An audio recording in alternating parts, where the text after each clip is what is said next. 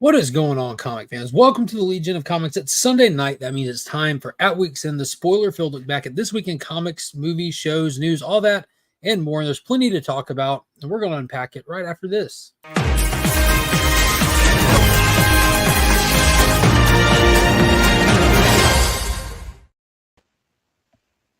Welcome to the show. Welcome, Sector 2815. Hey, that's me. I know him. You do. As always, joined by my co-hostess with the mostest, Paul from Sector 2815. And Paul, as usual, why don't you tell everybody what you got going on, how they can find you? Okay, you can find me. Funny enough, you can find me at Sector 2815 in YouTube, or at Sector__2815 in Instagram. Mark and I do a show every Monday morning that is called DC Comics Deep Dive. We're taking a look at the lead up to the finale of House of Brainiac and the lead up to Absolute Power is what we're currently working on. But Absolute Power is just around the corner. And then every other Wednesday night, we do Guess That Key. This is not a Guess That Key week, so it's an off week. But we will be back a week from Wednesday at 9:30 on my channel, and we will have Izzyverse and Dale of Suspense on our next show. Well, before we get to any of that, we're going to have to trudge through a couple of weeks of Star Wars being the talk of the town. You know, whenever there's a new hot buzz show happening or movie, we're talking about it. And we just had a new show kickoff on the Disney Plus. On the D. On the D. It's definitely on the D. And lucky for us, we've been joined the past couple of weeks by the ultimate optimist in the community, which I absolutely appreciate because I can get pretty negative sometimes. No. And I absolutely appreciate this person bringing a counterbalance to that. And whether it's comic books, Star Wars, Star Trek, all of it, he loves it all. You've never seen a show or a movie he doesn't like, except for maybe a snuff film. And that's none other than aggressively relaxing. What is going on, homie? Hey, what's going on? I appreciate, we're a good yin and yang. It was like, I liked it. You being like, crap. Yeah, the counterbalance helps. It really does. As my thoughts are just that they are my own, so I appreciate when someone else can bring some positivity to it. I don't want anything to ever feel like it's watching a wet blanket, and if you just let me run on, that's what you end up feeling like. But before we go into anything from this week, let's say to some of the folks from the chat, we got none other than Las Crucias 1971 clocking in. I'm surprised someone didn't beat him to it. I didn't make the stream till super late. I was very behind. We got Brother John's Comics. What is going on, homie? What's good with you? Good to see you in here. I wish I was seeing him next weekend at Heroes Con. That makes me sad. Past couple of years in a row, got to have meals with this guy, hang out with this guy, get to see him in person, hug him. He's more lovable in person than he even is in these chats. Bummed out. I don't think that's possible. It is, believe it or not. You wouldn't think it's possible, but it absolutely is. But I'm already looking forward to 2025 and hoping that he'll be able to make it then. He's only here hoping that I'm going to give away some books at some time. Yeah. We won again last Wednesday. That was amazing. What is going on, Boggs? Good to see you in here. Dale of Suspense. This is the very same Dale who you'll see guesting on Guess That Key 1 week from this Wednesday, like Paul pointed out. Digger Jim will be there. Good to see you, Jim. Let's see. Hello. Hello, the adventurous one, Joseph Michael. What is going on? Dean Poole, aloha to you. How are you doing today? What if we need to avoid you, Paul, due to outstanding debts? Where can we go where you won't be asking for a friend? Say it, Mark. You know you want to do that. We'll get there. I'm sure one will slip. What is going on, Old Wolf 65? How are you today? Disney killing it with Acolyte. Literally, yeah. We'll get into it. I hope some people out there are really enjoying it. Pop Static, what's up? Getting ready to make the trek to the Great White North, aka North Carolina. Aggressive, what day are you leaving? Yep, I'll be riding in on Saturday morning, be hanging out all day and night, and then be at the con for most of Sunday, and then take off sometime that night. Weekend warrior, I like it. I'm excited to hear how AR can portray the Acolyte as anything but a steaming pile of meh. Give him a chance. Give him a chance. Megatron, what is going on? Good to see you too, homie. What's up? All right, so I guess we'll start with the Acolyte. We'll do that, and we might as well. It's hard not to.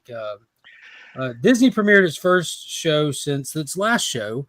That's how that works. And it came out this past week. They dropped 2 episodes in one night. I believe it was on a Wednesday or was it on a Tuesday? It was on a Tuesday. Tuesday night at 9:00 they dropped them. Yeah, Tuesday night at 9:00. Like, I don't know what it was. I didn't even know it was going to happen. Like, I knew the show's coming. You know what I mean? I had no clue we were that close to it or it was happening. I was hanging out with Circumstances on his stream Tuesday night at 9:00, 9:30. And when that got over with, like after 11, I go and lay down and open my phone to clear messages before I go to sleep. I'm like, Acolyte that came out. So I stayed up and watched it. That was a bad idea. But and he hasn't been the same since. Yeah, I'm fine. I'm going to make it. Big shout out to Trev, the shipping guru. That's right. Only 5 days to go. He'll be at Heroes. Big shout out to him. 20-month member milestone chat there. 20 months strong. It's a good time to be a channel member as well. We'll talk about that a little bit when we get into some Deadpool discussion. But don't forget, the big Legion Loot giveaway will be the first Sunday of July, celebrating the movie coming out. It'll be a Deadpool-themed Legion Loot box. Canadian Survivalists, how are you? But yeah, watch both of them. The premise of this show, it's set 100 years before the rise of the Empire. And is this considered the High Republic? Is that far enough back to be the High Republic? Yes, I believe it is considered the High Republic. Yep. Okay, it's kind of like maybe toward the end of it, right? This is the kind of the downfall, is what we're seeing. Yeah. So like we're technically in High Republic era. The Jedi, like you see them in the prequels, are like the intergalactic space cops, more or less. And you follow this little girl who's on a mission to assassinate 4 specific Jedi because she's mad at them. And after the death of one, the Jedi Council gets brought in secretly to go sweep it under the rug, investigate it, so on, so on. That's the premise of the show. Yeah, you said the Jedi Council. They specifically said a small council. Right. But there's, it's a lot more. We come to find out that basically the person who we think did it is not the actual person who did it. She has a twin sister who, because the person who they think did it has basically given up, has left the Jedi Order. May is the name of the one that's killing everyone. The good twin sister's name is what? I'd have to go That's back. how good the show is. Yeah. Relatively relaxing. Save us, man. What's her name?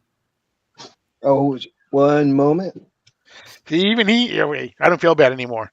Okay. Set 100 years before TPM. 2 episodes in, and I just can't get into it. I'll be back in 2025. I'll be there waiting for you, buddy. What is going on, Johnny Boy? My man, I wish you were coming to Heroes. He can't make it this year either. That's a bummer. Paul in the 619 is in the chat. Let's go. Acolyte talk.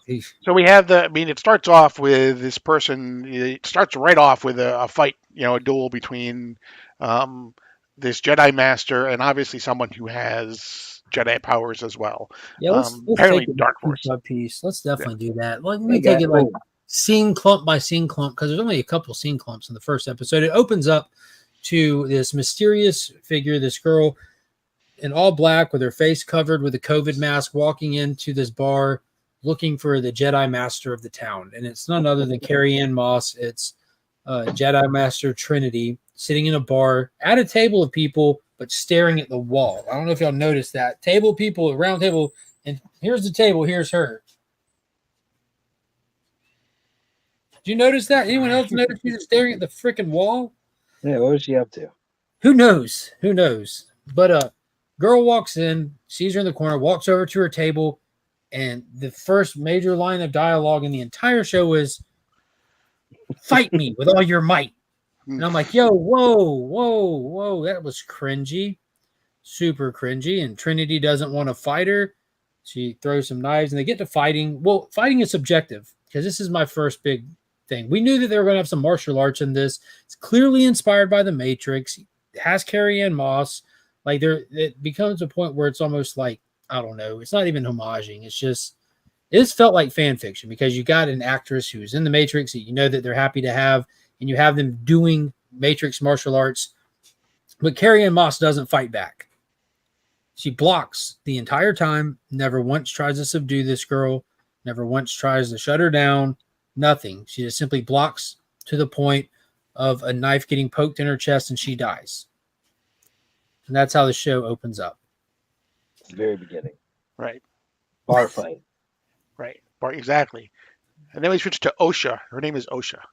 Well, what was y'all's thoughts when y'all watched this bar fight go down? When y'all watched this whole sequence go down to her sparing the life of the bartender and the little kid, like the fight scene. What this is our first like Crouching Tiger, Hidden Jedi moment in live action Star Wars. What were y'all thinking about this? Like the death of Trinity, all of it. Yeah, I mean, to me, I prefer my Jedi to fight with lightsabers. But that's just me. It makes sense. That's why they have them, right? Right. Well, it seems like,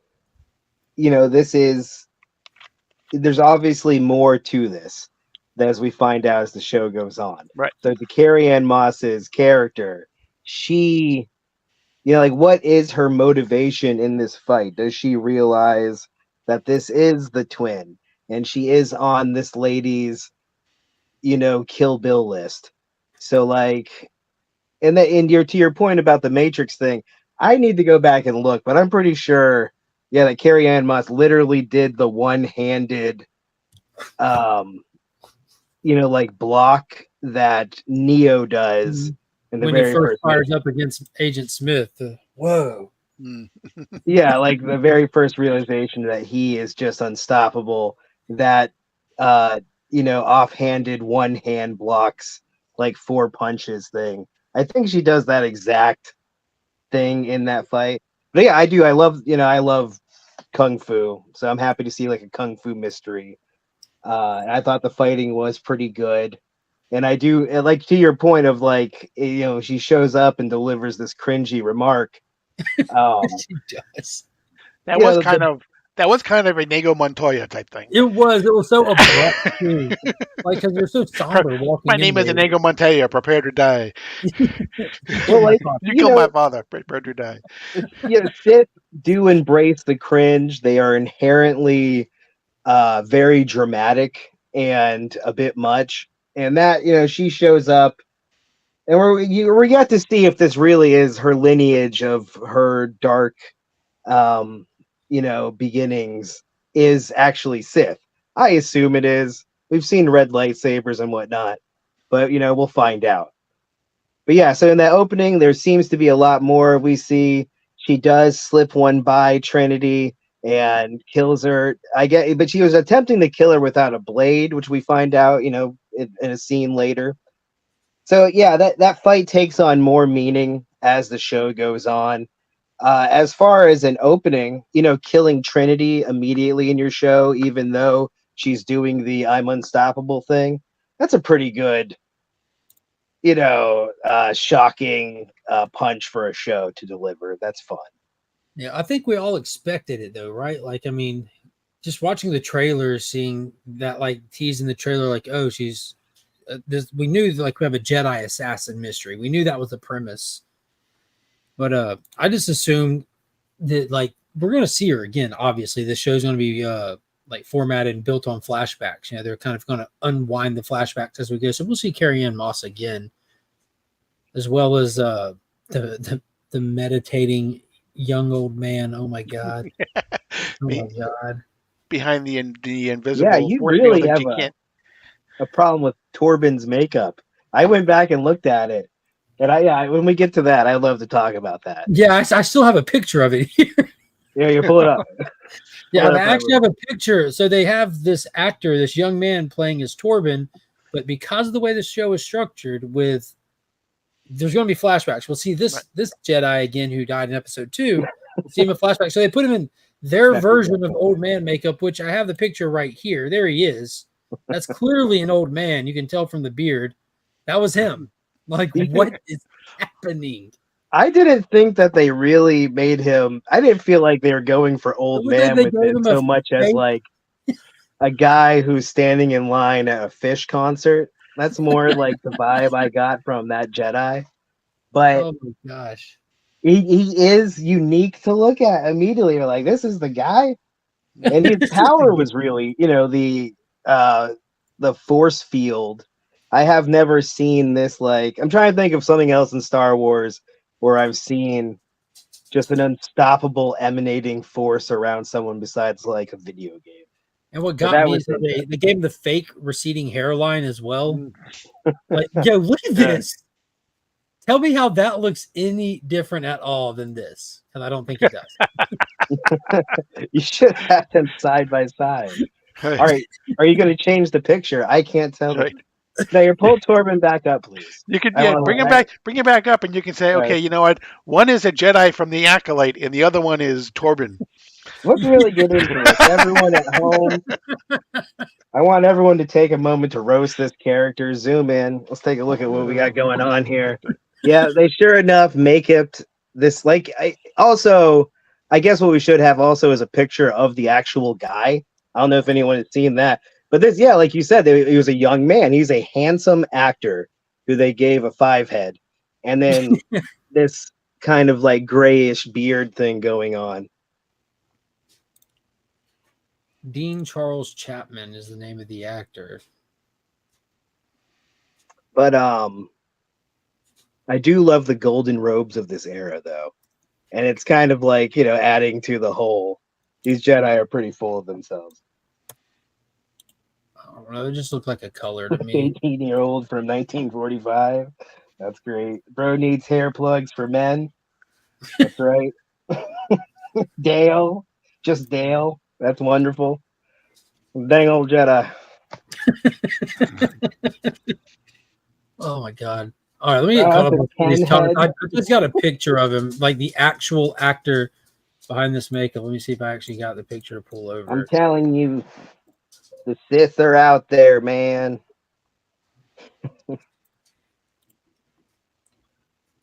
The only way to stay safe is sit inside and emanate a force field. Now I'm going to share my screen. So this is the actual kid here. Like you said, it's a handsome, ridiculously handsome young man. Yeah.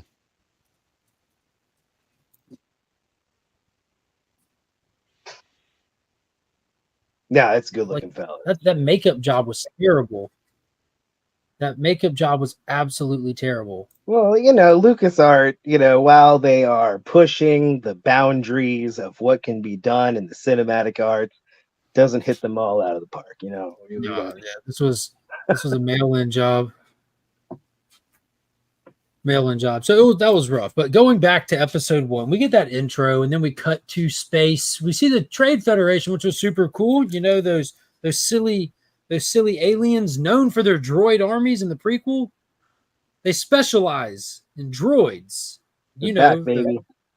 Those highly, what do you say, efficient, easy to deal with, cheap labor part droids. So Yeah, why are we the ones that you can carry in your pouch? So why are we looking at the folks known for their droid army? Oh, because our good twin took the job of the droids on this ship. Apparently, despite droids being the most cost-effective functioning way to have mechanics on a spaceship, the Trade Federation, this one, has 2 what are called mech techs, humans, that they put in spacesuits and have them walk around on the outside of the ship slowly and repair damages and stuff, which is illegal, apparently, according to the Jedi Order. Which, so this was another thing. I'm like, as soon as I see it, I'm like, wait, what? So I didn't get this. These are the droid people. Why are they illegally having human workers? You have to pay them. You have to feed them. And like she made a comment that the pay is good. So that doesn't even make sense. Doesn't make sense. But that's where we're at to meet this character. And that's when what's her name? OSHA. Oh, ironically, OSHA. Occupational Safety Health Administration, and because she's outside on ships. Name is OSHA. Yeah, she's about to shut this whole operation down. The whole thing. You're over here running your mouth. You don't even realize she's undercover. Oh my god. You can't make this stuff up. That didn't even dawn on me. OSHA. 32-month member milestone chat from DJ Links. Appreciate that. We got a competition going. 32 months from Becker. You think you're better than me, DJ? So he responds with a $5 super chat. Big shout out to DJ Links with a $5 super chat saying, no, Mike.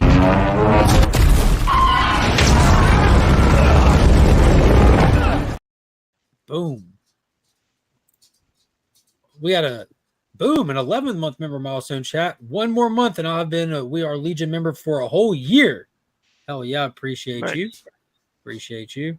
Member milestone chat from Dr. Von Hoot, 18 months. Evening, all. Good evening to you. Good to see you. Brian's in the chat. What is going on, Brian LCS? That's an 18-year-old from 1945. Exactly. Dale with the callback to last Friday's In the Mix. Bro needs hair plugs from India. I think I missed a lot of these. I'm behind. Oh, don't worry. I was calling these out a minute ago. Okay. Oh, snap. We got a $6 super chat from Beckerman. Your move, DJ.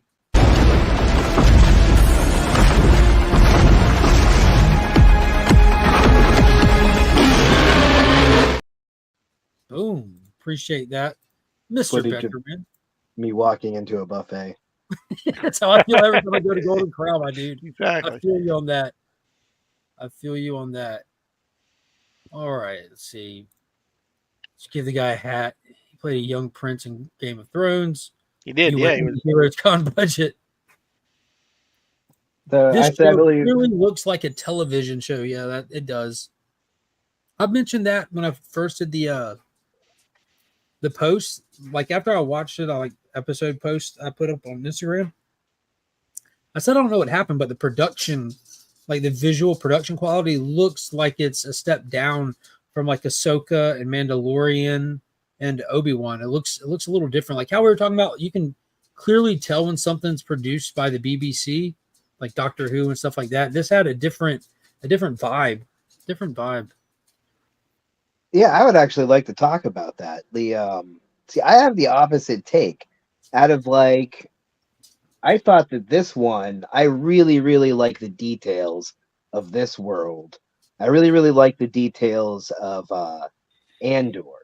And I felt like Obi-Wan and Ahsoka, their backgrounds are always a bit more sparse. And it might be, you could go back and look at those different shows and say the setting. But I felt like a lot of those ones, Tim, I do not understand why they haven't just built a Tatooine in that town and kept it somewhere to keep shooting at, because they have to keep building the same stupid set over and over again. They've used it. And if you go back and you look at, what is it called? The Boba Fett show, Book of Boba Fett. Well, that Tatooine, those streets look so empty and so unlived in. Just kind of it looks like you're setting up a Tatooine fair for the day, and the vendors haven't showed up. You put it's tan, it's good enough. Call it a day. So in this one though, I do feel like there's a lot of interesting details going on, on that ship. We were just talking about, and I'm not even sure if it was the Trade Federation. I think they called themselves something else, and I'm sure but two of the two people that were flying the ship, they were definitely from the first movie, from the Phantom Menace. One of the two of them, because it was a male and a female, which is the first time we saw a female member of that species. But I can also see where AJ, where what you're coming from, because I also think though that Andor and now the Acolyte, to me are kind of are designed to be more grounded type shows, as opposed to Ahsoka and Obi-Wan, which to me are more, okay, you know what, Ahsoka ended up in the World Between Worlds and all these other different things, are more universal type of shows, or more spacefaring type things. Right down to their theme. I mean, this is a murder mystery, that we're watching here. I mean, we know who, with the fact that we know who did it, but we're going to find out the particulars as we go through the season. And it makes sense for those to be the two that stand out to you, as those are the only two we really have that are completely removed from our existing stuff. You know, everything else is a spin-off of or kind of deal, you know. That makes a little bit of sense, but it felt cheaper to me.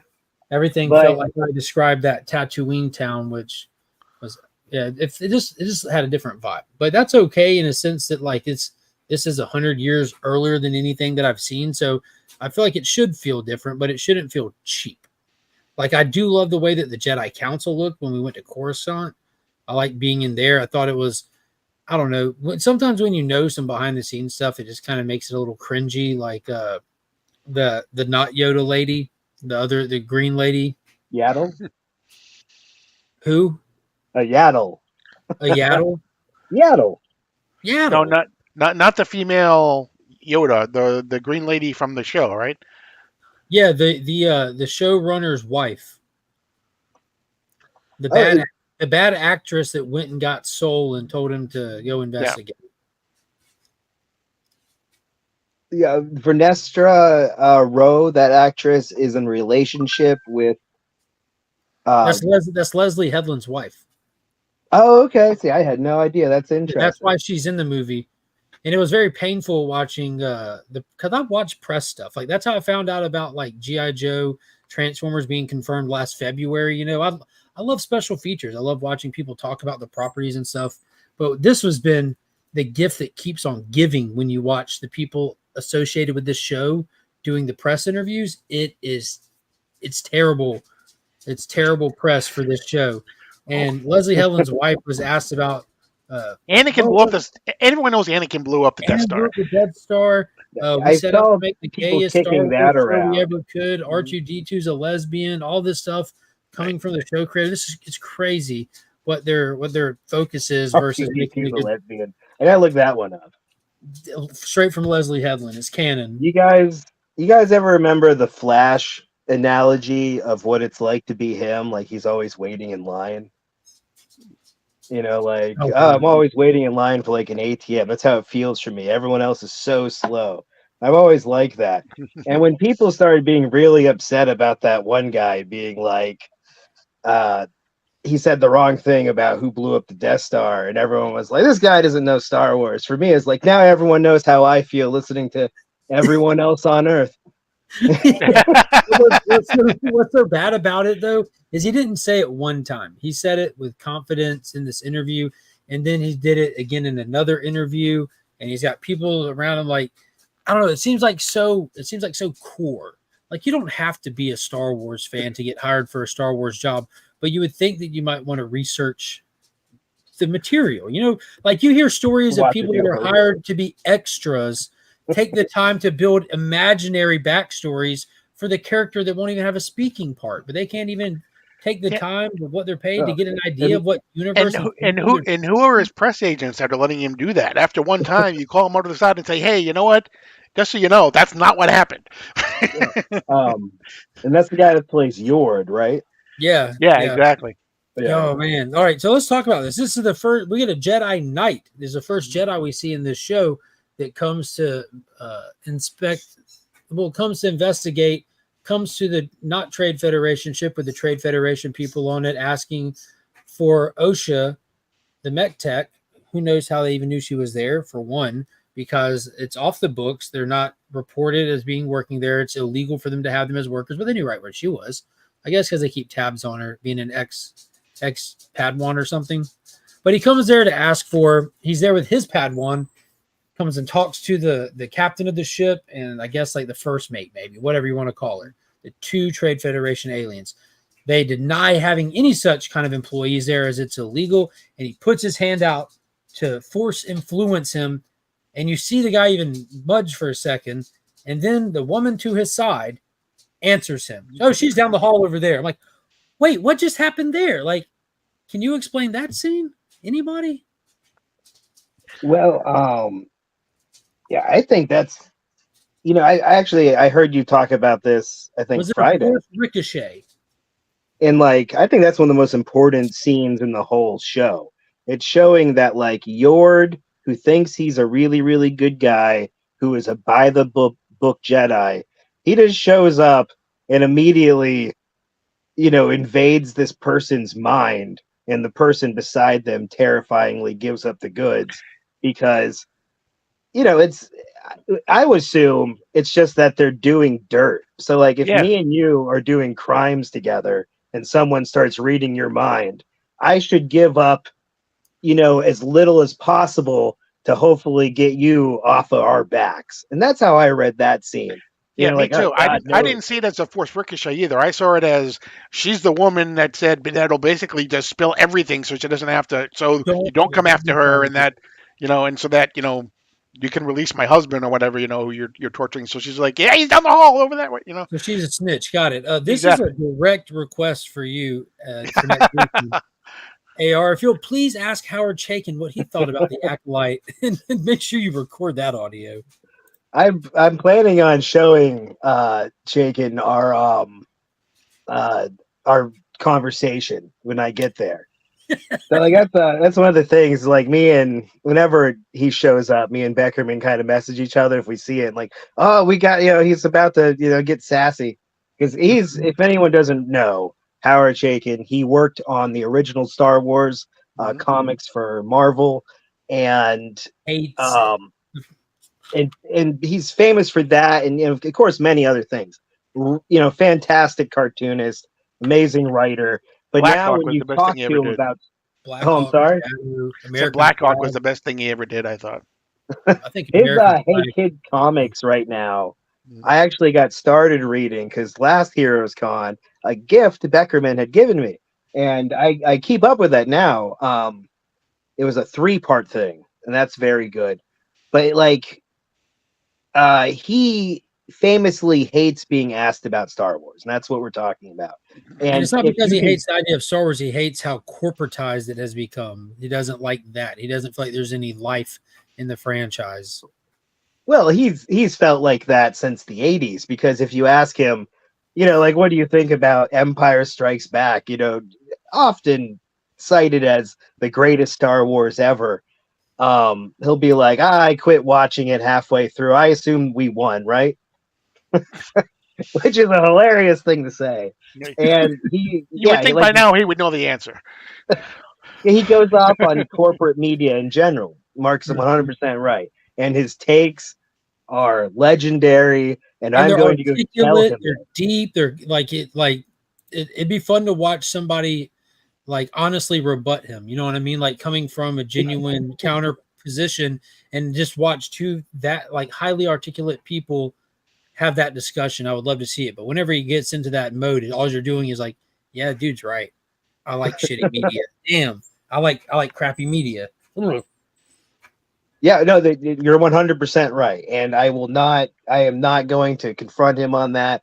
I am celebrating his takes. I love them, even if they are pointing a mirror up at myself, like you said. And I am going to attempt to get him to draw me a little Star Wars thing.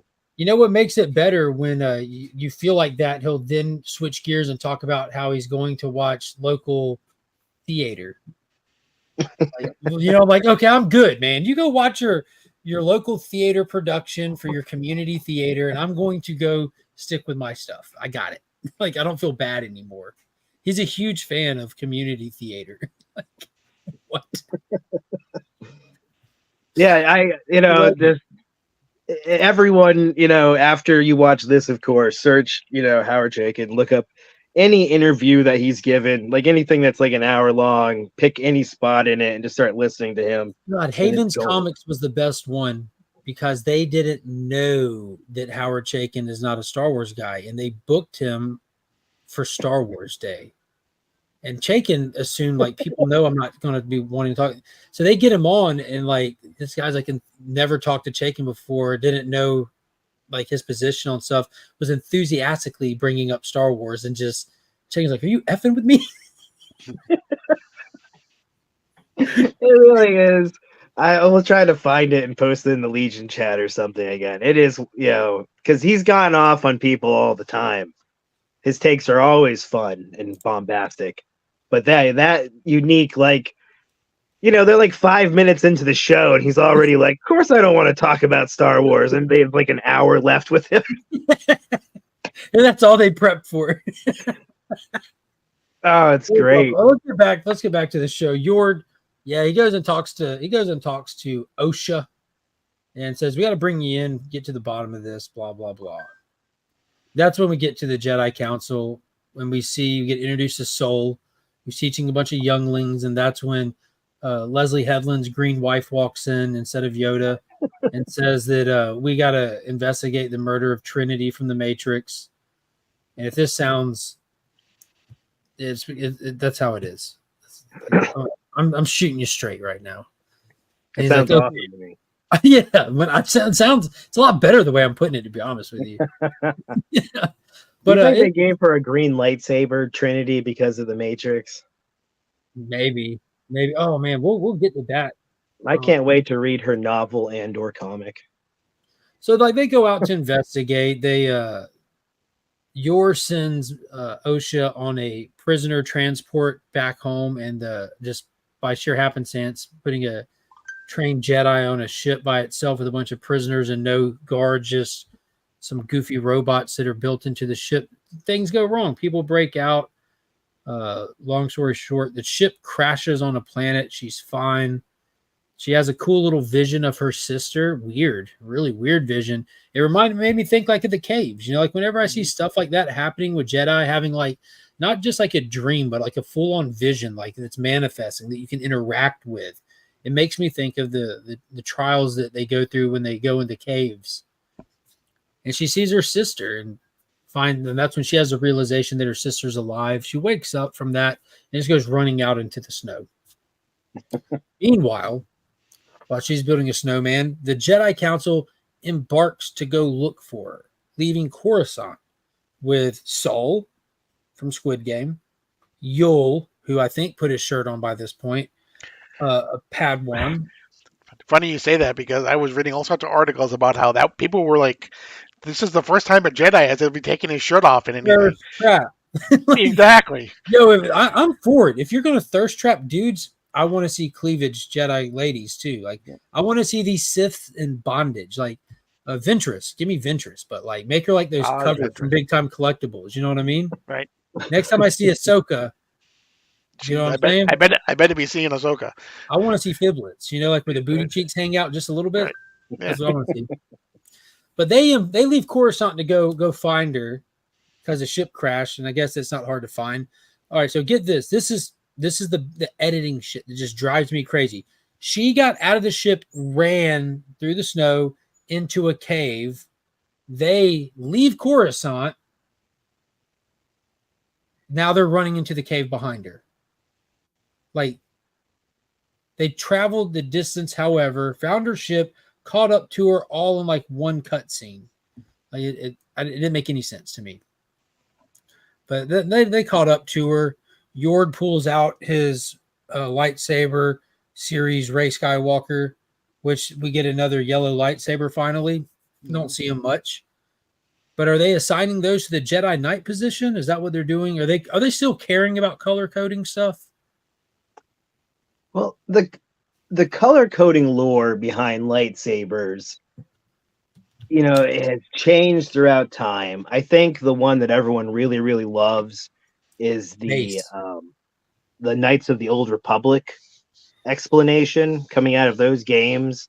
You know, like that's like a touchstone for a lot of Star Wars fans who are really into the franchise. Have all really played that game, and in it you get to pick your lightsaber, and you know, whether or not you have one blade, two blades, a double bladed thing, all of your colors, and they give a little bit of lore behind that.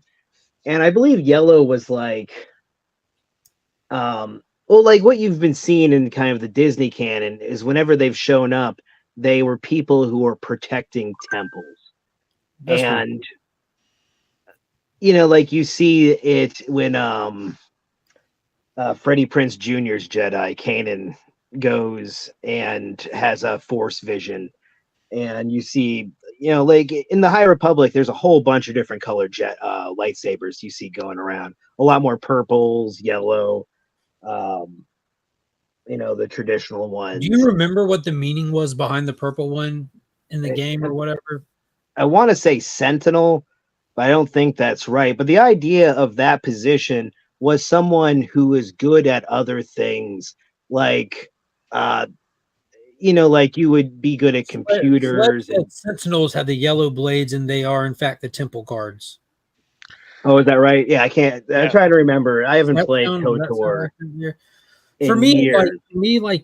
going into this stuff, like I'm just the movie show. I haven't done all the games and read all the books, so it was always cool having the Mace Windu have the purple lightsaber, and it was like kind of like a position of status. Like he was like there's lines of dialogue, and I believe we talked about it Friday, where it insinuates that Mace is like the master lightsaber guy at that time era of the Jedi that we see. And Yep. they show you that, like how he bests the Emperor in no time at all, like Yeah. with the lightsaber, how he like he leads the charge in Attack of the Clone to go save Anakin and Padme. He's the one that walks in, no care in the world, and just puts his blade out. You know what I mean? Just to kick it off. Takes out Django single-handedly after you've seen Django hold his own and beat the crap out of Obi-Wan earlier in the movie. You know, like it really showed you how tough he was. According to Google, it means balance, individuality, exceptional skill, and affiliation, meaning the red and the blue together. So he kind of the light and the dark come together. Yeah, it was normally someone who, like, I'm not planning on going on adventuring. I'm someone who's going to teach.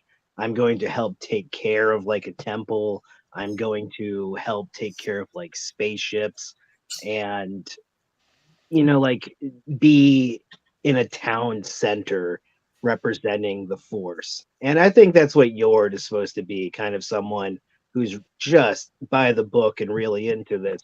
And that's what's so alarming about him showing up and just immediately invading someone's mind. They're supposed to be the good guys, and we're seeing, this is our first look at this guy who's supposed to be a by the book Jedi, a sentinel, really, really nice guy, someone who really wants to do a good job. And I got to give it up to Sledge here, who has just been dropping knowledge in the chat. Earlier he had said the name of the aliens from the Nemenodians, the guys who are from the Trade Federation, and I think they called themselves something else. Like it's another sect. They got to look into that. But like, that is like one of the thing that's really interesting to me. That I think that what they're trying to say in this show is that the Jedi that we're seeing, they're the bad guys. That green lady, we call him Leslie Headland's wife. See, Vanessa Rowe. I saw her as a kid in the book. She's one of the first characters you meet like years ago in the audiobooks, and it's really interesting because like. She's gone from twice being. Durs. Hold on. Boom. There you go. Before you leave, Durs, there you go. Times. It's actually a picture of Durs with the fake beard. He took that photo for me. Yeah, so like she used to be idealistic, and now she's like, we need to cover this up for the Jedi. I got things to do, politics, and that kind of sucks. Her depiction of that character is alarming. It's like 100 years later. So you saw her as a kid, and now you kind of see her as this kind of game playing Jedi, and that is interesting. That is really interesting to me. And I do want to say about Mace Windu is, everyone knew that he was the baddest. He was doing this lightsaber style famously that is supposed to be right on the verge of dark side. If you use it, people are like, oh, I wouldn't use that lightsaber style. It'll make you go bad. But he's like, no, you won't. I'm fine. I'm, Mace Windu. So I was going to, say his famous line, but I'll keep the show PG. And I think, to me, getting back to the question about Yor, to me, I think he's the same thing. He's like the uptight. If there was a Jedi manual, it would be in his top pocket, right? That's why when we see him, he's ironing his robes, right? So he's kind of like, if in a cop show, he would be the guy that is everything's by the book, everything, dry cleaned, and everything. And I like that about his character. I thought his character was interesting because of that. The only thing I didn't like is once they brought in the Padawan along for the ride, they're using Yor as just the whipping post for the show. Like everything he's doing, like he's just made to be a clown. The Padawan's just correcting him and numerous times, and I don't like that dynamic. I know Padawans tend to be headstrong, but like you look at the dynamic of Anakin and Obi-Wan. Anakin was headstrong. He was assertive. He would interrupt, but he wasn't right. Like that was him being like that was the learning points for him. When you're doing this, now let me tell you not to overstep. Now let me tell you why this and why that. I don't know. It shows a sense of personality traits that aren't behooved of Jedi. Now, did you recognize the actress playing that? Yeah, that's X23, isn't it? I had no idea. Yeah, that was pointed out to me while we were watching that Yeah. was. But she did a good job, so I wasn't going to nickname her. Yeah, I like her as kind of like plain speaking, optimistic, obviously talented Jedi. I'm really looking forward to what that character does. You know, this like, yeah, I'm getting the vibe. You know, like I said, that the Jedi are going to be the bad guys in the story, which I think is fundamentally flawed for a Star Wars show. There's nothing wrong with the Jedi being flawed, but them being the bad guys is just, when it comes down to it, it feels like Disney's just using everything they have at their disposal, all these properties to wage a culture war. It just reeks of culture war. Everything about this show just does.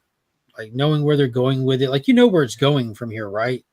Like they're going to introduce you to another coven of witches that have not even the witches that we were introduced to previously and other stuff that we saw in Ahsoka and everything, a new coven of witches, and they're going to be great, peaceful, awesome people. And the Jedi found them, and that they don't understand the thread, which is their version or the way or what they call the Force and the way they manipulate it. So they try to shut them down, and the Jedi are to blame for shutting them down and causing the death of these people. And the Jedi are the bad guys, and you should just let this group of women live in peace and this and that. It's so freaking political that it's hard to look past that. It like, is there a good story here? Well, no, not really, because they're bastardizing Star Wars to tell it. It's just hard to get through all that, knowing especially that they're very upfront. Like the people who are running the show are telling you, like, this is what we set out to do. And it's just, I don't know. It makes it tough to enjoy it, knowing that they're set out to bastardize it. And then you watch it and you try to make sense of it and try to make it work. And it's just difficult, at least for me. Well, the obvious joke about the bastardization of it, through like messaging is like, I agree. They'll never find anyone as woke as George Lucas. It's impossible to try. Roddenberry? Right. Yeah, it's like one guy, Roddenberry, would go harder. All right, I don't know. Lucas is still out there kicking butt. That guy's given so much money to charity and stuff. Mm-hmm. Like George Lucas has put his money where his mouth is and has done some cool stuff in his time. And I've always said I like Star Wars for being kind of like baby's first fight against propaganda. Like the idea of like everyone who grows up with Star Wars, sees very early things like the stormtroopers being used the way they are, or maybe you shouldn't trust the guy in charge, or the using business to keep a war going, to make people tired, to get your ends, like the plot of Sidious, how he decided to take power. These are all like really interesting, and especially when you look at like Clone Wars, they just go over, at this point there's just hours and hours of stories of Star Wars that always is driving home the message of, look out for the guy in charge and try to do the right thing, is kind of what the messaging has always been. Yeah, it's just going to be a tough sell for them to tell us that the Jedi in this time are bad guys, but when we get introduced to them in the prequels, they're not. They're not perfect. I don't think there was ever any assumption that they were perfect, but when they messed up and let the bad guys sneak in because they had their guard down, but they were never bad guys. They legitimately were good people. But are they bad guys? I mean, I don't think we know that yet. And but because I think that the master, May's master, we don't know who that is yet. to me, I think he or she is gonna play an important part and has somehow um, AR's already laughing. I'm sorry, bottom has tiers comment. This is wonderful. has I'm sorry. somehow manipulated May into thinking that the Jedi are bad. Yeah, that's true. We can go that route, but I think the actions that they're going to show what's they're going to, because you back to Sledge's comment, these outrageous showrunners on this project have been attached to it for a long time through numerous Star Wars Day now. And remember, this is the showrunner that was crying, "And Star Wars saved my life," like doing the fake crying on Star Wars Day and stuff. She said there's no good or evil in Star Wars, which is that's literally what it's about. That's literally what it's about. But let's talk about it. We have a new, which was interesting. I love the little stinger at the end of the first episode. We get May walking out in this beautiful landscape by a Hoshin, and you hear the raspy, weird voice of a Sith in a mask, which is always interesting to me. You know, you always makes you want to. I wonder what they look like. I wonder what kind of cool weapons they have. I wonder if we see under their mask. You know, it's always cool when they make you wait to see what's under a mask. It just is. That's cool in all medias. But I got a picture of said Sith with the mask on right here. That's what our Sith mask looks like this year for this show. I'm just happy to hear. Yeah, that's it. Hey, man, This is before they added the red paint to it. There's a little bit of red paint on it. show Darth Grill, some respect, all right? Yeah, there's Darth Grill right there. That's the master. Oh, I'm trying to remember what the bad guy's name was in KOTOR. It was like it was just about the fact that he had no bottom jaw. It was like Darth, Mandible or something. Oh, High Republic. No, well, to give a little bit of background about why I think the Jedi are the bad guys is, I have read all of this, and I've kept up with the High Republic since it came out, and I can give a real quick rundown of what Please do. I've said that they've been doing since the get-go. So, like, what happens in the High Republic is you meet them, it's like 800 years ago, okay? And about 200 years before that, you have the Old Republic, which they have started to recently tease things as being true. Little bits of Darth Revan showing up, little bits of lore in the High Republic talking about things that were going on in the Old Republic. So you got Old Republic, High Republic, and then, when Luke and them all show up, right? And the adventures of Darth Vader. So like that's the new stuff when they're, Republic Rage. So when the High Republic first starts up, we meet the Jedi at the height of their power. They have bases everywhere. They are, world police. They have wonderful powers. There is a ton of them. Everyone loves the fact that they show up and steal their kids. They have this giant base that they call Starlight Beacon, right? And the second you see it as a Star Wars fan, you're like, oh, that's a reverse Death Star. The bad guys are going to blow that up. That's definitely happening.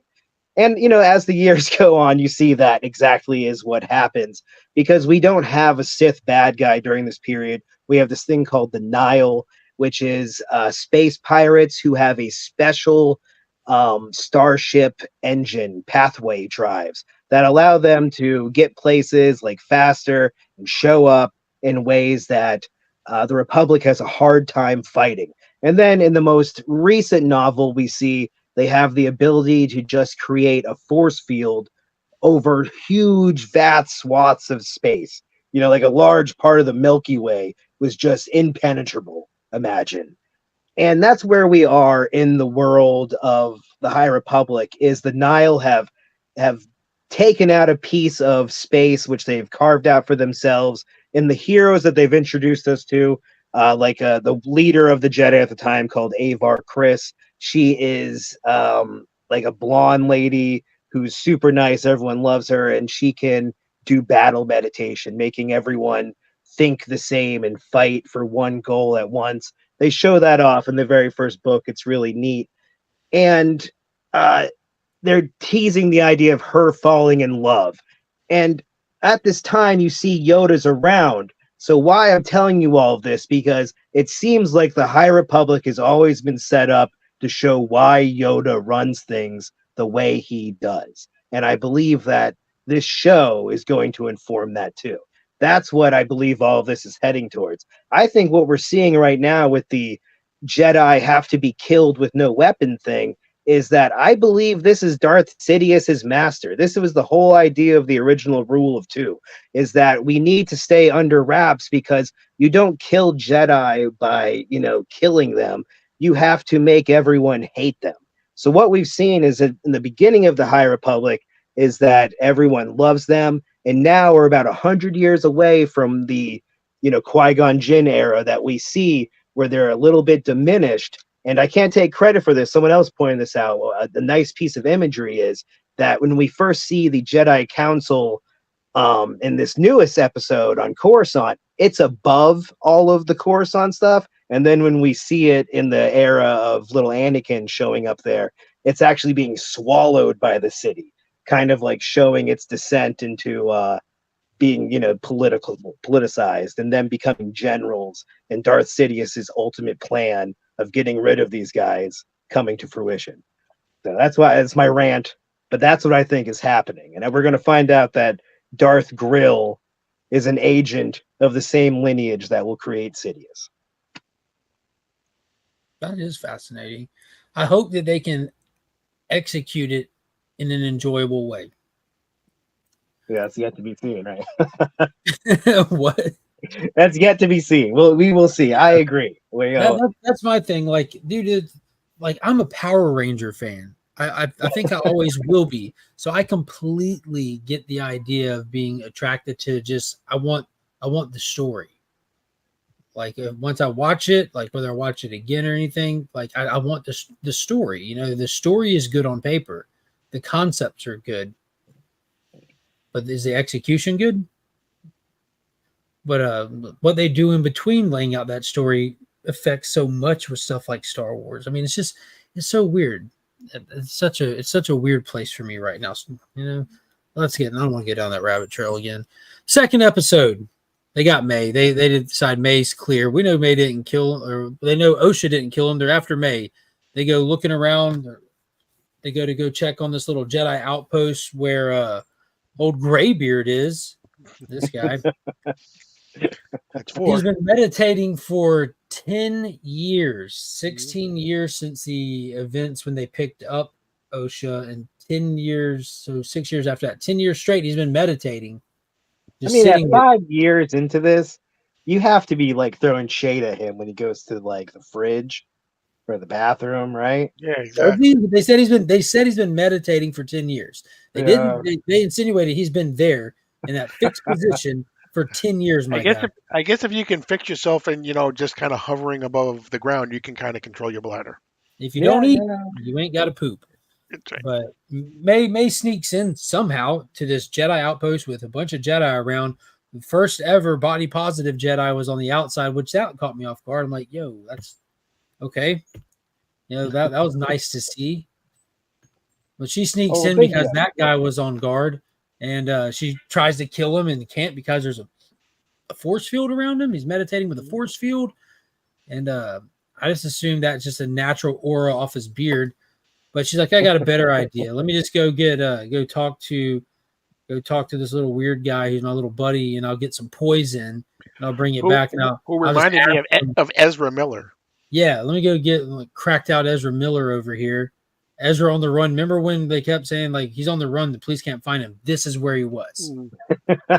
This is making up poisons in some planet in Star Wars. Not baiting or cutting his hair, making up poisons. She brings back a poison, sits down, and says, "Delete yourself." And he just pops up out of his meditation.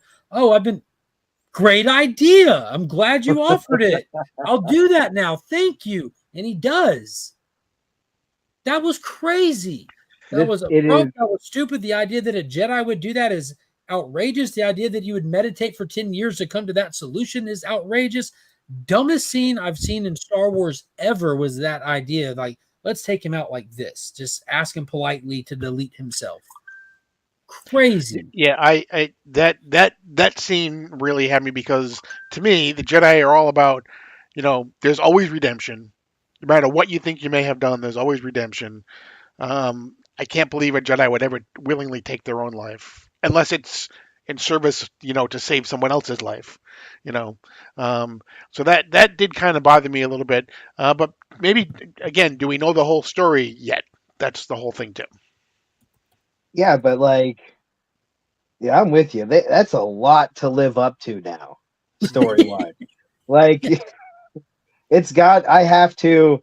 Yeah, the question is, yes. In 4 episodes, will I be like, yeah, I feel you, Tobin. That was pretty horrible. Like, what could possibly have they done? And that is an interesting thought because, like, is Soul a lunatic? Because like this He guy, better be. He better be. like, is he like a really manipulative, terrible person? What is he the Sith? Because like when you see Yoda talk about the Sith, he's like, oh yeah, always two there are, and he's got like things to say whenever he talks about it. But everyone else who talks about the Sith and all of other Star Wars is all like, I don't know what you're talking about. They ain't been around in a millennia. They always be throwing around words like thousands of years.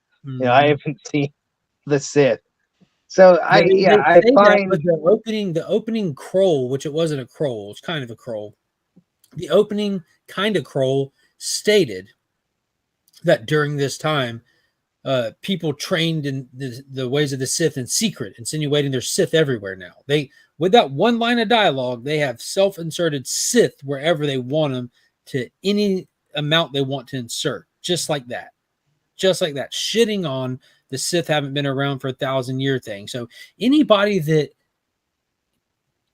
well, that's the point of the rule of these two. people are now contradicting that. It's just hard to do. And and like it's what makes you a Sith? I fixed some plumbing the other day. That doesn't make me a plumber. But when do I become a plumber? I disagree. There's a whole bunch of people out there in the galaxy. They got dark force powers. They're out there doing dark things with it. When do you exactly graduate to the level of a Sith? You have to be following these teachings, which of the teachings are as always hilarious. Palpatine's whole thing is very funny. He's just, I'm mad all the time, screw everyone. It's kind of like he's the ultimate villain, but the ideology of the Sith is insane. And but like back to the idea of how like how could this guy's soul, whatever they did, drove Torben to meditate, drove this Wookiee who has tattoos. Did you notice that, by the way? He has like shavings and tattoos. But getting a Jedi Wookiee was really cool. I was about to say the stingers on both these episodes were great. Yeah, I don't mean to jump to the stinger, but like he's jumped out of, like he's left.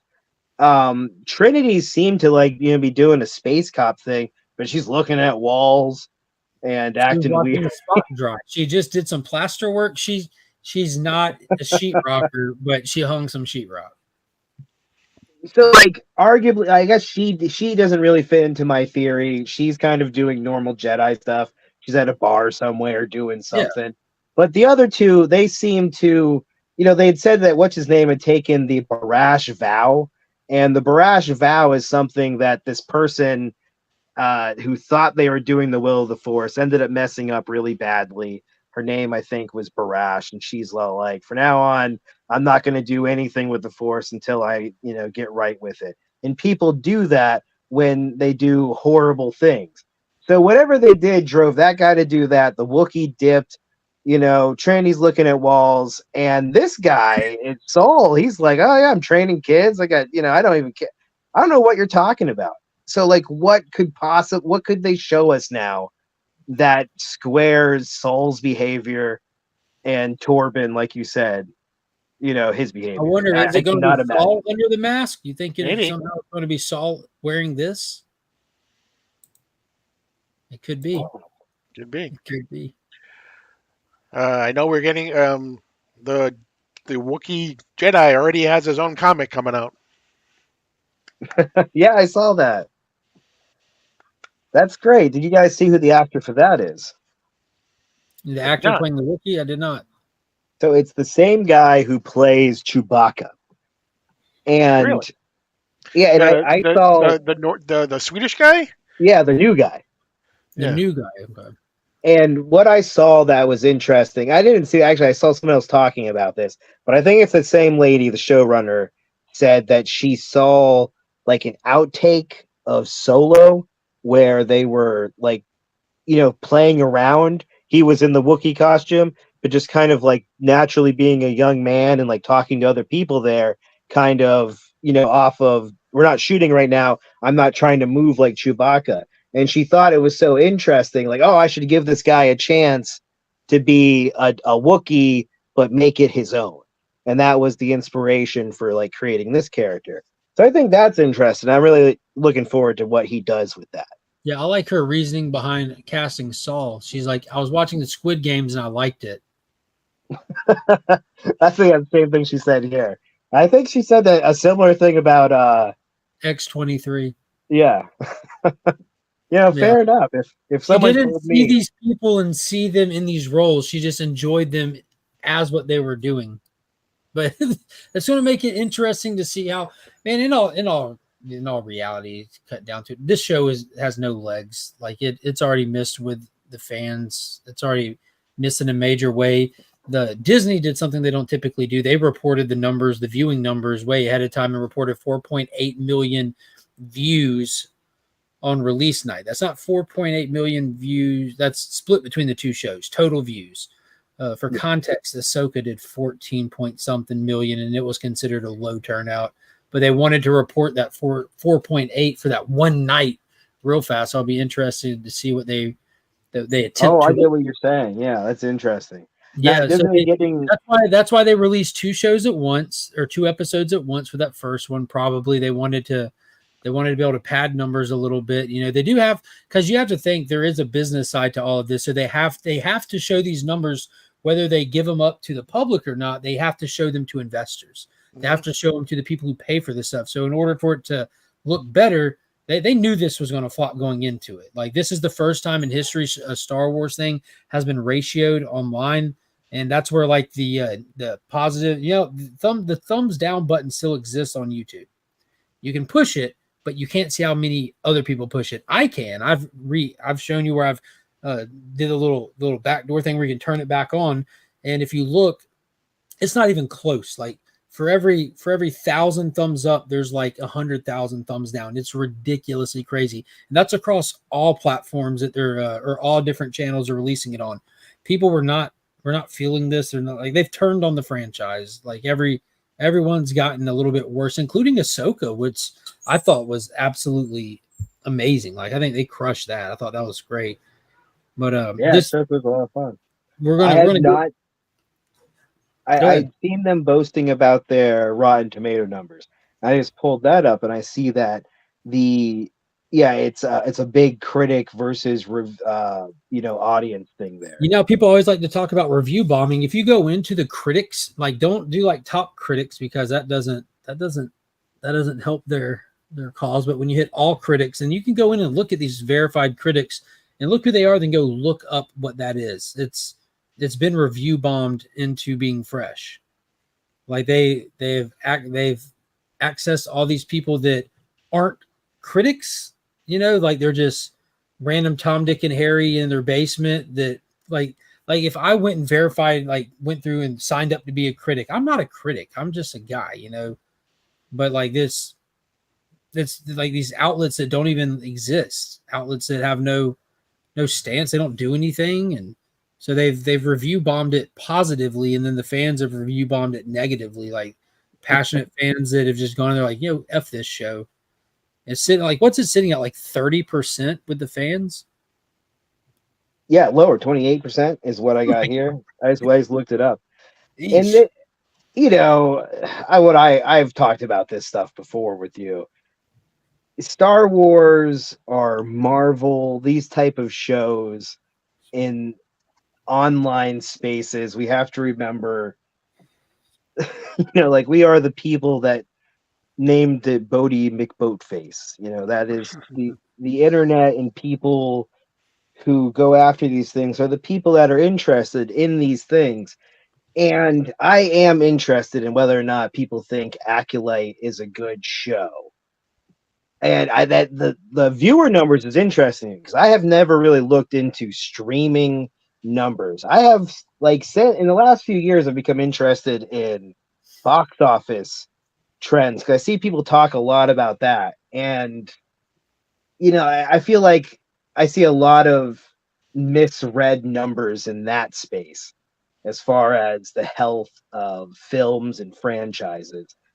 And the idea that this one is doing really badly in views is interesting. I definitely want to look more into that. Yeah, Like, the Nielsen famously, report isn't up yet. That's why it was surprising to see Disney put it out because they traditionally don't. They even had a review embargo on this show until it released, which they knew that they didn't want to let it go. Rolling Stones Yep. put out a negative article that they detracted, but the article got picked up and used for people like when news comes out, people grab it and then they dialogue on it. So yeah. it's been a shit show for Disney. Oh, I hadn't seen the Rolling Stone thing. They were coming down on the narrative of the show or the production of it. But the entirety was a huge miss. Yeah. They're speaking from the point of view of people that saw the first 4 episodes, right? Yeah. Right. Yeah. So what's going to happen in episode 3 is if people haven't turned on this, they're going to turn on 3. Watch what happens. That's what I also heard. That people are saying love 3 would be alarming. Because it is your job to love it. As an eternal optimist on this planet, spreading sunshines and smiles. But it's some of these things they got their work cut out for them to make that make sense. But I'm going to see what they do. You're going to be like, yo, what are they going to do? You see people talk about they should have done, the old Star Wars books and stuff. And as someone who has read and played every single stupid Star Wars thing that my whole life, anyone in my family is like, oh, it's that kid's birthday. And they're Star Wars books, I think. Just get them some of that crap. And my whole family would send me these books, and I have read so many bad Del Rey novels and things that contradict things and the horrible stories, and people are like, this Star Wars has gotten bad. And I'm like, well, it hasn't gotten, Chewbacca killed by a moon bad yet. We're not at the New Jedi Order.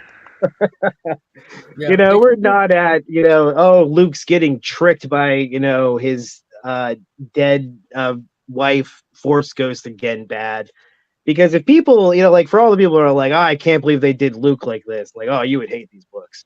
Because that was the plot of every single book is, oh no, Luke is being tricked by a Force user again. But and I think that's fair, but in my mind, because I just consume the movies, the TV shows, and that's really the meat and potatoes of it. Everything that happens outside of that has to adhere to that. You know what I mean? That's the canon. Everything else has to work with that, in that, to that. So it's probably for the better that they kind of chalked off some of those extended stuff, especially how it's we talked about how Transformers has a convoluted continuity and stuff, and they had to write off some of it and just kind of spotlight a certain path and say, this is the canon. Everything else you can do, they're Elseworlds. Everything else is Elseworlds. Star Wars has its Elseworld. Comics have their Elseworlds, or what ifs, whatever you want to call them, which is great, which is fine. I think everything should. Because that gives people creative freedom to do stuff, But there's a lot of really good stuff out there, and stories that were really, ideas that were really good when Luke was running around hanging out with a planet of Sith, and they hate each other. You might be, but it's a weird buddy cop, story. There's so many crazy old Star Wars stories that I am kind of numb to the concept of this will be the one that does it in. Because no matter what, there's so many people on Earth right now who are on their taxes writing their religion Jedi. There's so many people that are way more hardcore into this stuff. Yeah, and exposure is also a thing that's happening with this franchise. Star Wars is always sci-fi stuff in general. Comic books has always been niche in the grand scheme of things. With how many people are out there, how many people are into stuff, it's always. Comic books are niche, Star Wars is niche, but it's become a pop culture phenomenon. That doesn't mean that everybody who's watched it or enjoyed this one or that would really love getting lost in the sauce of any of this properties, and they're still going to be vocal about not liking it, despite they wouldn't have cared before the internet days. They wouldn't even have a second thought about it, but because of the internet, it's so easy to put it out there Yeah, and like there's a bunch of people who have like been through Star Wars. Like we've all kind of like seen this come and go, and like the cycle of Star Wars traditionally is you give AV nerds way too much money, and they make some weird stuff that makes no sense. And then you spend the next 10 years explaining that stuff away in comics and video games and Yeah. novels. And that's traditionally been what it is. I have to say, like the High Republic era is the most put together kind of like, oh, we have a plan. We planned it all out beforehand and we've executed it now.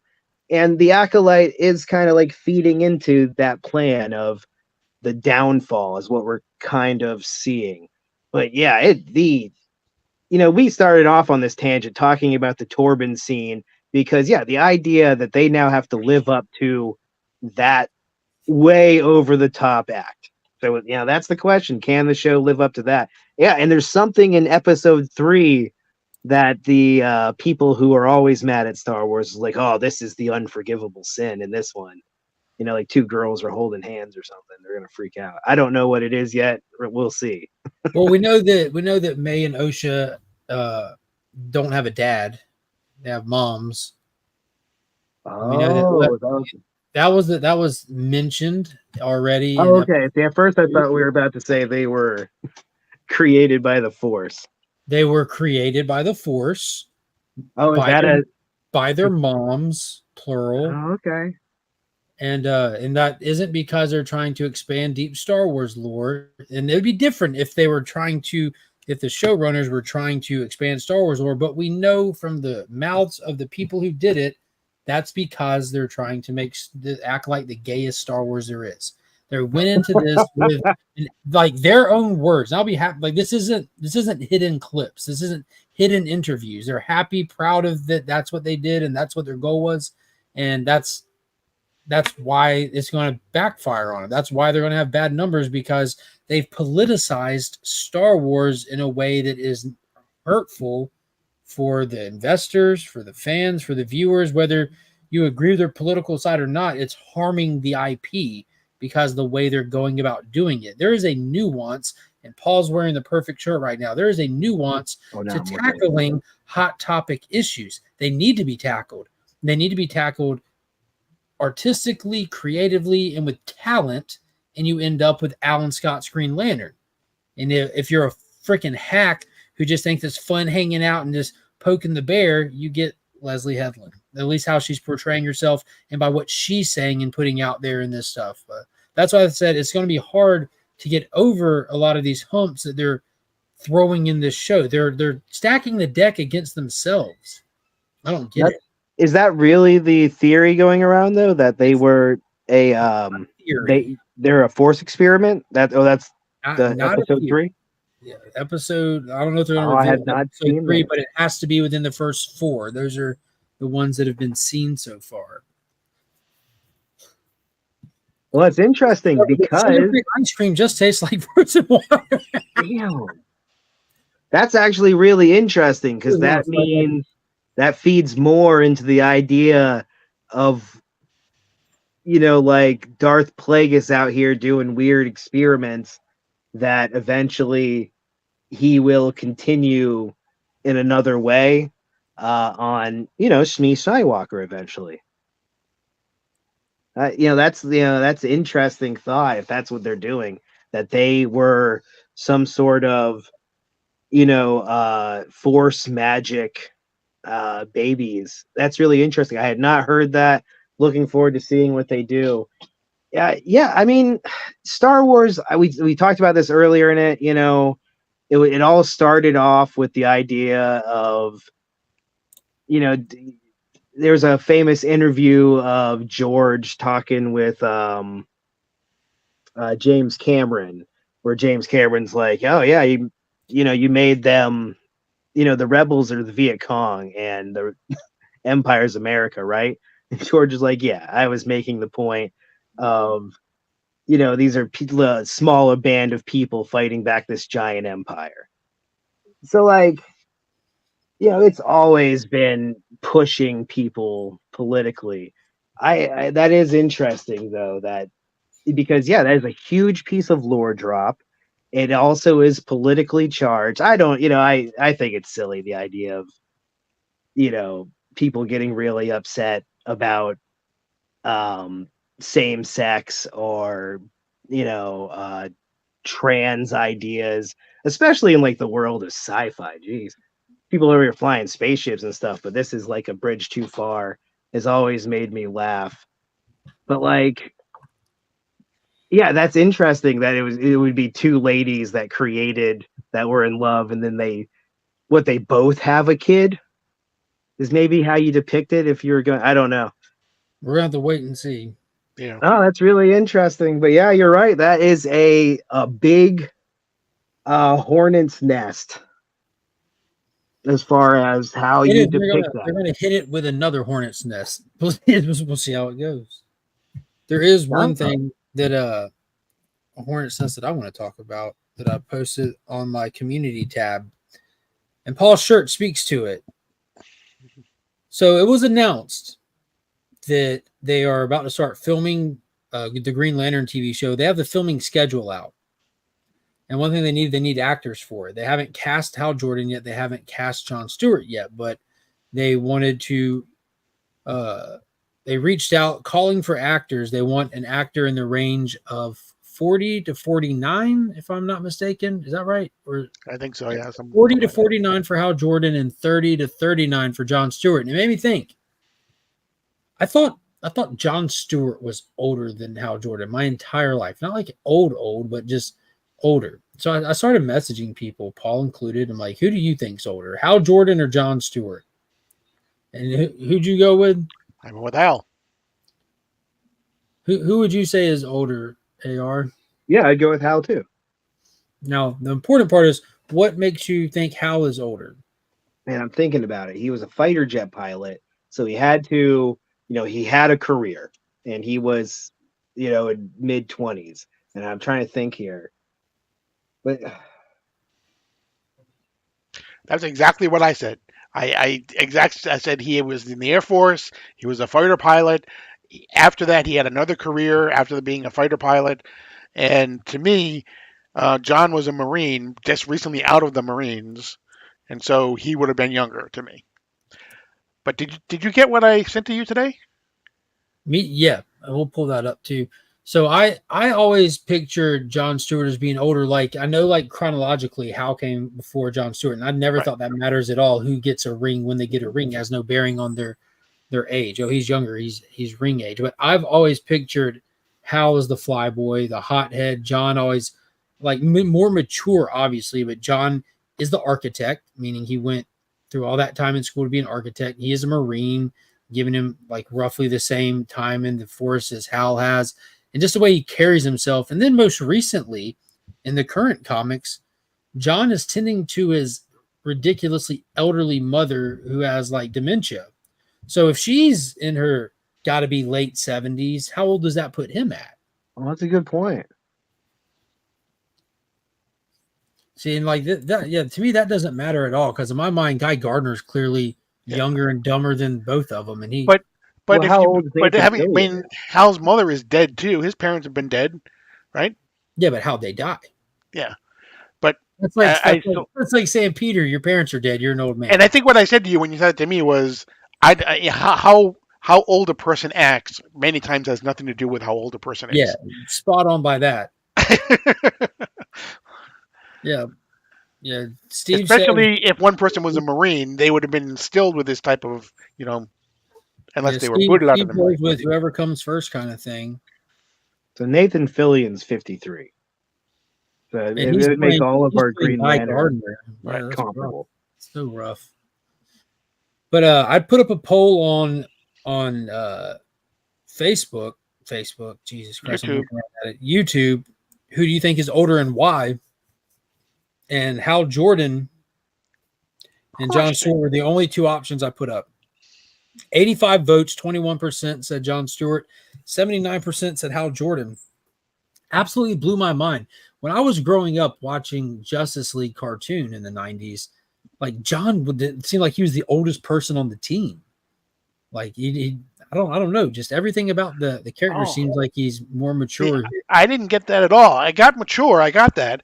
But I still pictured John as being younger than Superman and Batman. I don't know. I don't know why I've always thought that. And there's been a handful of people I've talked to that said John, and I think the maturity factor was their prevailing reason, but absolutely blew my mind. Yeah, I wonder if in my own, you know, In my mind, own world, like I'm just thinking that like am I playing how I see them as my favorite into like who was first, going all the way into like yeah, Batman and Superman are older, right? But yeah, but why? Why am I thinking that? It's a good point. Alan Scott's obviously and actually the oldest. He's the only one that's like actually confirmed. Like the JSA have like the yeah. Fountain of Youth going on with them. Like they are old. Like they're alive. They've been through some things, and those things have granted them some extra years. That's in the stories. But Hal is out there literally chasing tail right now, and John's And tending to his mother with has dementia. nothing to do with age. None of it has to do with age. It doesn't. But it's Right. just the way that we just like the way I compartmentalize it, or the way that my subconscious just picks it up. You know how I know Hal is older? Because he hooked up with a 13-year-old. Whoa, we're not talking about her. Yeah, the old man and teenager thing. Yeah, jeez. Yeah, we need a DC Black Label Last Days of JSA title. Oh man, I would never want the Last Days of JSA. There was a Last Days of the JSA series way back in the 80s. Just put put Jeff Johns on it. It'll feel like the Last Days. We'll all be old before the run ends. Just got pushed back again. But canonically, Hal is older. Yeah, even after the reboots, after the resets. Well, I don't know that they've established it after the reboots, but in current continuity, because continuity has shifted. Right. I wonder what it is in current continuity. I mean, it has to be. Obviously, Hal's older. That's what they're playing at. It kind of worries me, too, that they're looking for people that old to pick up something that potentially should run and have numerous appearances. You're casting... You're not casting for like a 10-year part there, Yeah. James Gunn says Hal is older too, so I'm with him. That's what I'm saying. Like clearly, yeah, 90s Hal definitely was older, but the gray was caused from stress. That was parallax. Yeah, exactly. That was parallax.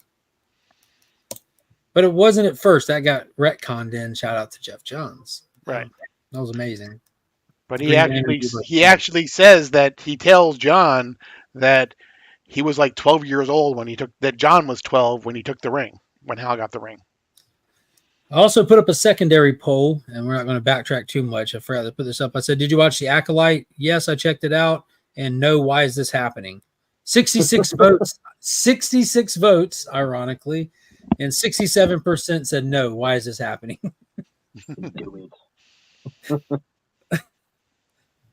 That's great. Yeah, the perception of the Acolyte as it's funny to me. It's the culmination of this thing I've been watching, and then there's these other people who are seeing it as like, what is this new thing? And I'm just over here like, oh, I've been reading about it for 5 years.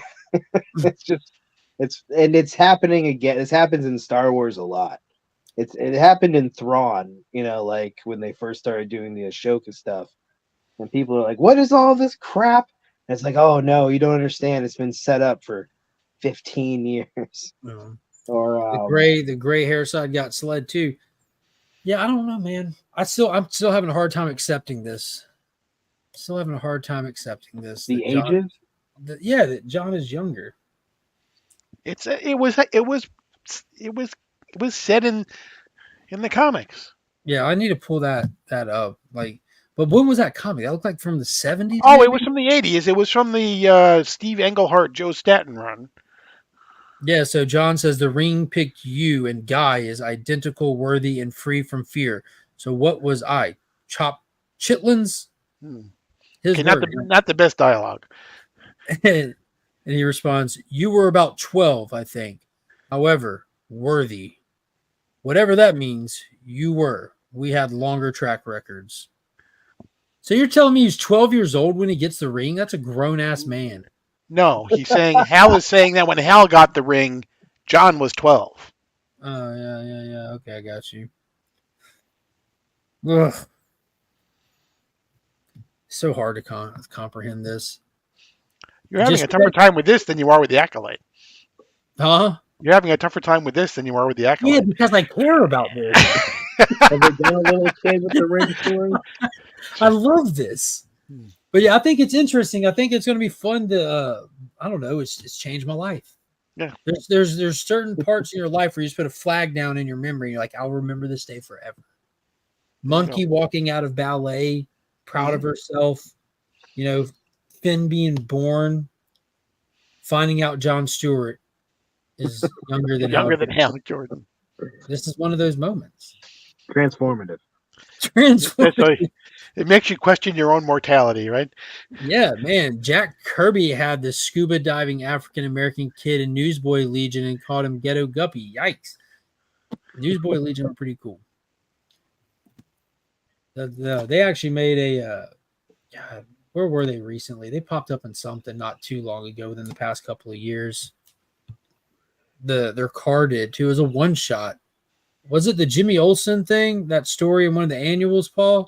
Yeah. Yep. It was when we got the Jimmy Olsen dinosaur back and the Newsboy Legion had the supercar in there. They were all in there. I think Abin Sur is older. Yeah.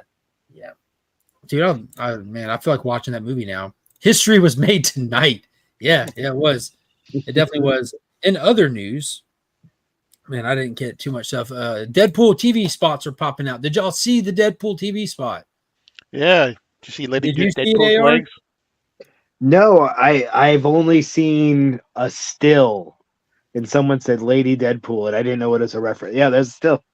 There's the still. Rob Liefeld posted it on X. He said, "Oh, who's this?" Mm-hmm. And y'all know who that is? You think it's Taylor Swift? It's Taylor Swift. Them thighs don't lie.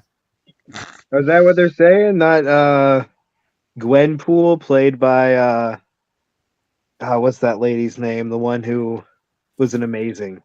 That's huge from Poor Things. Oh yeah, Emma Stone. Yeah. The thing is, they could actually do that because it wouldn't even really need to be Taylor Swift in the costume. She could just do a voiceover. Yeah. And she's in costume the entire really time. I really think that they need to get her in there somewhere. I'm all for it, man. I love the hype that surrounds her. I think it's good for the industry. It's good for the fandom because they'll come out and support and stuff. I was at ABX earlier tonight, and there was a couple of young ladies in there. Just two of them just walking around shopping back issue comics, picking up just like not expensive stuff, just a Spider-Man book, an Iron Man book. Can you imagine, like if Taylor pops up in this? They'll want to go grab something. They'll want to go enter a shop for the first time. It'd be great. Mm-hmm. It'd be great. Yeah, it's fulfilling the original idea of Dazzler, right? It was built off the idea of like, let's give, who was it, Ross, a movie? We're gonna originally put a pop star in a movie and do an X-Men thing. It was the idea, and then they ended up just doing the comic, and the rest of it kind of fell through. So the idea that eventually she is played by, a famous pop star, it's a wonderful full circle story that I can bug DeFalco with at Heroes Con. What do you think about this, man? And then also on X, James Gunn inadvertently confirmed that Gal Gadot is definitely out. Someone made a comment about a 4chan rumor. This was not on 4chan. This was on X. About how casting is not confirmed, blah, blah, blah. And James Gunn said that is correct. We have not confirmed Wonder Woman yet. So obviously Gal Gadot's out, which I don't think anyone has expected her to stay at this point, but no one's seen like an official bye-bye. Yeah, it'd be good to get more girls in the comics. It's done wonders for Star Wars. I'm just kidding. Her official goodbye was Wonder Woman Flash. 84. Yeah. No, in Flash, right? Shazam. She's at the end of Shazam. That's what she's at the end of. That's right. Thank you. Yeah, she was in Flash. I don't remember which one came out Shazam first. 2. Blur. No, Flash, I guess, came out last. Yeah. Yeah, yeah. What else was big hitting? Oh, we got Superman Legacy casting editions. We have a Steve Lombardo casted, and then who else? They added somebody else. Cat Grant. Cat Grant. So our regular bullpen sounds like it's getting filled out Mm-hmm. from Beck Bennett. You would recognize him from Saturday Night Live. He's going to be playing Steve Lombardo or Lombard, which I think is Steve Lombard. Yeah, his Italian cousin is Steve Lombardo. That's the one who sells the sandwiches. Right. But yeah, I was definitely decent casting. And I think they're getting ready to shoot Superman. They're getting closer. Yeah, there's all these sets built all over Atlanta. I've heard about them. That's pretty cool. He found the house. Yeah, I tracked down the Kent farm. Do you remember how we were talking about how that's just down the road? He actually tracked it down and sent me photos. Wow. Yeah, I knew it would be close, because the production is in Atlanta, so obviously they got to use a place that's close. So I went on Facebook and a couple other places just looking for anyone talking about, a movie being shot in their town. And I found some stuff that was like, I figured it was them. I went looking in that little town at the road that was supposedly they were like storing a bunch of stuff at, and I found the house from the picture. So now I know where it is. I'm going to go out there and take a picture, of the kids running around with Superman capes on until someone comes down like, hey, I'll get the hell out of here. Yeah, you better while you have an opportunity to. No, that'd be really cool. That'd be really cool. For the exact address, message aggressively. Oh, man. I don't even know what else happened this week. Oh, we got a voice casting. The Terminator Netflix TV show is coming. There's an animated TV show for Terminator that's coming, which I'm excited about. I love the Terminator universe stuff. Yeah, and they cast Timothy Olyphant. Raylan Gibbons himself from Justified, Scream 2, from countless other things. The dude's been rocking in cinema for like a better part of 2 decades consistently. I think the role as Raylan Gibbons in Justified just really like that was it. Like he made that. But he's cast as the T-800. I'm very excited for that one. Now, is he going to be doing the Austrian accent? I don't know. I'm hoping that he brings the Tennessee accent. That's good right there. That would be amazing because of like the fun anecdote I'm going to bring up about this. Like, what's interesting about the Terminator is when they, actually showed the film in Austria, Germany, that part of the world, they had to change the voice because, Arnold's voice is actually kind of like, ours, like a Southern accent, kind of. It sounds like a yokel in that part of the world. So the T-1000 to them was like, why does he sound like a weird country, Austrian? Mm-hmm. So it sounded it made the whole movie really very funny. They had to change the voice in that part of the world. So again, coming full circle, if we just give him a Tennessee accent, that'd be wonderful. Yeah, perfect. Hey, y'all, I'm the T-1000. Howdy. Stop in your tracks. Come with me if you want to live. Also, we got a new director. Adam Wingard is off of the MonsterVerse stuff. Godzilla X Kong New Empire is officially the highest grossing MonsterVerse film in the franchise now. And the new director that they brought in for it is by the name of Grant Sputor. Not familiar with Grant Sputor at all, but the fact that they've already got a director for it leads me to believe that the idea that like they're fast tracking the next one due to the success is definitely a thing. Adam Wingard was all in for the next one, ready for it, but because of prior commitments with A24, he's not able to do it, which means they weren't willing to bend on any kind of scheduling stuff. It's like, we got to make the movie, man. You ain't gonna be able to do it. You ain't gonna be able to do it. We'll get someone else. So we'll see whatever this guy's vision of it is. I want to find out more on who he is and if he's got love for the MonsterVerse like Adam Wingard did, because he really brought the fun. He made that stuff a blast. But let's get to some books, because me and Paul have to do some recording tonight. I don't even know what came out this week that I have next to me, so someone's going to have to take the helm on this. Batman? Right. Well- I had that in my hand. This is I was about to say this is definitely this week. Yeah. Batman 148. What'd you think? This is the big final confrontation final with Failsafe and Bruce. Yeah.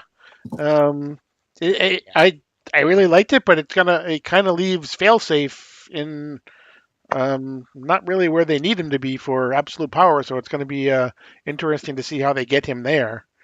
Um, Yeah, they uh, shut him down. yeah. So that'll be interesting. It was again. I mean, as it seems like a lot of big Batman stories end up with we're family type thing nowadays. Yeah, You know, Fast and Furious of the DC universe for sure. yeah, it definitely is. Um, and that's kind of where this one comes out as well. We get the final page of all of the Bat family, flying through the sky, at nighttime in Gotham.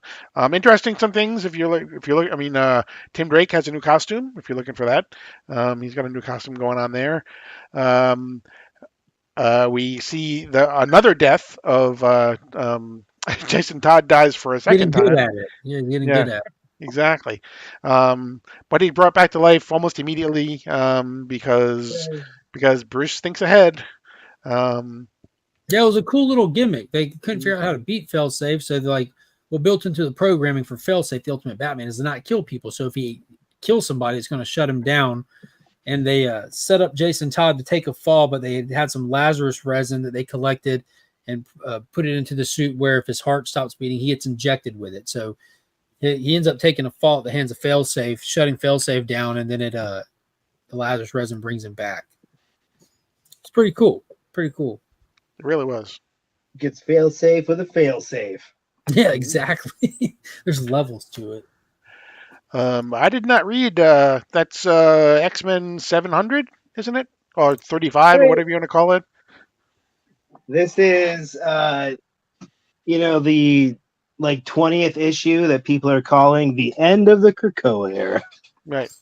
But it's also a legacy. It's a big legacy number too, though, wasn't it? Some people are disputing that. Oh, There's okay.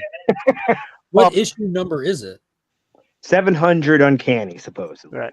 Supposedly. What's the dispute with the issue number?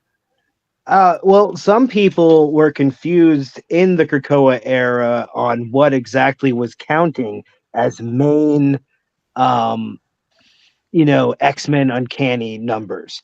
And, see Reddit X-Men for more. There's a whole bunch of people going back and forth, but there is an argument that this is Uncanny X-Men number 700. And I don't give them too hard of a time, but there is an argument out there about this. I don't see why people are complaining. I mean, after all, they've already had Marvel's 1000. Yeah. They got Amazing Fantasy 1000. Amazing Fantasy 1000. Yeah, So exactly. Marvel does tend to play loose with the numbering. Just say it. Who cares? Just trying to sell some, comics. What was this issue about? This final issue of the Krakoa era issue, Subjective 700. Well, it's doing the thing it always does, which is having fun with the names of its councils and things like that, and trying to show a group of X-Men who are,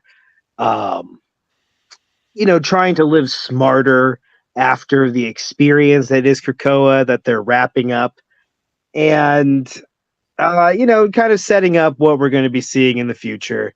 It is fine. I'm like, I say the same thing about this, of the idea of like, oh yeah, it's the end of Krakoa the same way it's the end of the Snyderverse, because I'm going to see ideas coming out of this, forever. And I'm still waiting on Aquaman 3 or to explain how, what's his name? Peacemaker is still around, even though, the Flash showed up in his show, and you guys know all the connective tissue that we're going to continue to see in the future. And I say the same thing about this. They're making a big deal about it. But it wrapped up a whole bunch of stories and patted themselves on the back for what they achieved at this point. And it was good. And you're seeing, a lot of different mutants put into the forefront of what is the new leadership going forward. So, Is Uncanny going to continue after this big reboot that's starting? oh yeah, they're coming. It's going to be 3 X-Men books. No, I'm saying is the numbering stopping and starting over? Who's to say? The number, I believe the numbering is restarting, but I'm sure they'll have the legacy number on the. Yeah, I assume we're on going to each get one. on number What I was one. curious about. Bottom tier says, I feel like Marvel be skewing those legacy numbers. My Wolverine 1000 came out in 2011, and all Wolverine solo issues combined total about 400 books. One even better is Amazing Fantasy 1000, and the total is less than 50. Mm-hmm. I always think about whenever I go to give these guys a hard time, I always think about myself like on a phone call with the people at Marvel, and they're like, "All right, Sean, here's what we're going to do. We're going to let you write Amazing Spider-Man. Do you want a number 1 in 50 variant covers?" Do I at that point say, no, I'm a comic reader. Make sure it's 3. Let's keep it, let's use common sense here and how many variants we have. And I don't need a new numbering. And I don't think I would be strong enough. I think I'd be like, hell yeah, number 1. I got do 5 issues, and then we're going to start the count over again. Give me another number 1. With more variants. Yeah, I need at least 3 Greg Capullos, just him. And then after that, I need more. One that I picked up, there was a back issue for this week I was excited about. I got volume 1 of Hit Girl standalone series. It takes place after the Kick-Ass stuff ended. I'm still burning through the Miller World stuff. I'm running out of books. I've got this. And there's 6 volumes. The rest of them are about to be here. And this was volume 2. This is the first one that's not written by Mark Miller. It's actually written by Jeff Lemire. Mm-hmm. And it was fantastic. So the whole premise of her standalone is every arc she travels to a different place on the world to attack a certain crime lord, boss, whatever. And she goes to Canada in this one. And it was wild. So it seems appropriate that Jeff Lemire would write that then. It would be. I think so. What an awesome person to pick up your book for you. I'm off it, guys, but, I had to get someone else. Ladies and gentlemen, Jeff. One I picked up this week, I know a lot of people picked up, and I picked it up. It's I'm going to check it out. Then I got it. I'm like, no, I'm not. But it's Ultimates number 1, and it had the Brian Hitch cover, and I needed that Brian Hitch cover, which is an homage to back when the Ultimates was something I cared about. I hope it's good. I hope people enjoy it. I'm not investing in the Ultimate Universe. I'm about ready to drop Ultimate Spider-Man already. Well, I liked the last Ultimate Spider-Man. I like the way they're playing with this universe. The big idea in the new Avengers here are Ultimates. I've already filed mine away, actually. I did a huge comic filing recently. I'm very proud of myself. I put so much stuff away. I don't have my Ultimate number 1 here, but I read that one, and it's basically Ant-Man kind of being the only person who's heard this thing from the idea of we're going to get our powers back and fix the world. Here's what your past was like, or in an alternate universe, what you were like. And then he gets his and he's like, I'm good. We don't have to do the Ant-Man thing. I understand the rest of you being interested in this, but I'm good. I'm kind of interested. A funny idea. Check it out. It's getting Captain America here. The premise is cool. Like the way that we got Stark leaving the tech for Peter to activate this should be superhero in this world that doesn't know they should be heroes. This book is about them going out and activating the rest the more. So I think that's a cool premise. You know what I mean? But I don't know. I know that I just don't want to invest in the entirety of the Ultimate stuff.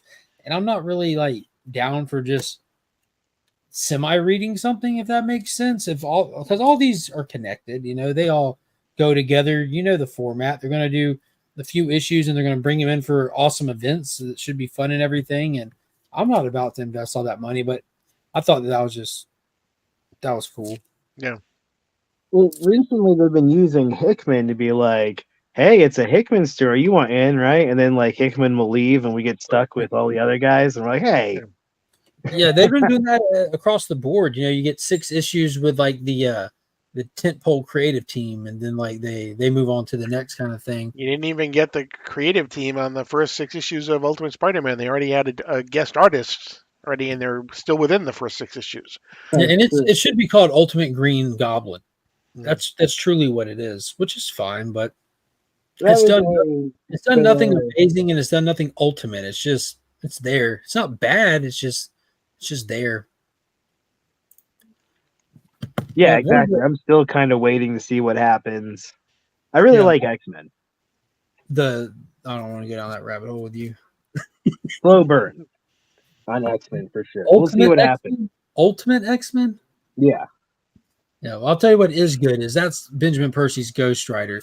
Issue number 4 dropped this week, Final Vengeance. We don't have any text covers for this one, but the A cover is still just sweet Christmas. Like getting Blaze on there is pretty cool. Like now that Johnny has lost the spirit, it has abandoned him to the Hood. You're seeing the Hood like running the streets, like doing Hood stuff, taking over, shutting down criminal organizations, keeping their money, trying to use it to get back on his feet in his personal life and to win the affection of and trust of his kid and his ex over. Meanwhile, he has like a coven of vampires he's feeding all of his cannon fodder to, and that kind of goes south. So he kind of goes at them a little bit in this issue. But meanwhile, Blaze is off to go get it back. So he's riding into a fight, which is going to be interesting to see how he's going to pull this off. But I'm enjoying it. I'm liking it. It's really fun. It's really good. Horrific. Is he funny in that? No. I like the Hood when he's funny. A couple people have written him.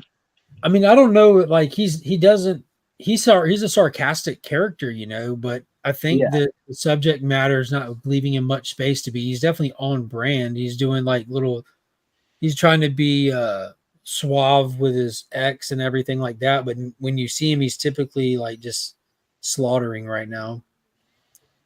Yeah, because I like that character when he's like talking and speaking matter-of-factly to a group of villains and saying funny things. Yeah, I think that character works, and they do so much. Like the Hood has just been Forrest Gumping around the Marvel universe recently. I get to be taking a turn at everything. You stay on Ghost Rider. That's always interesting to me. You always keep up with what's going on that book. Yeah, Hulk and Ghost Rider. Yeah. If it's bad, I'm going to still get it and wait on it to get good. But I love me some Ghost Rider. The characters are awesome, man. It's hard. Like you're telling me we're going to get this guy. He's going to turn into the spirit of vengeance and ride a motorcycle that's on fire. That's cool already. It's hard to mess that up. Paul, what's another one you got? Really, the only other one that I got is the Suicide Squad. The game one? Yeah, the finale to it. What do you think? It was all right.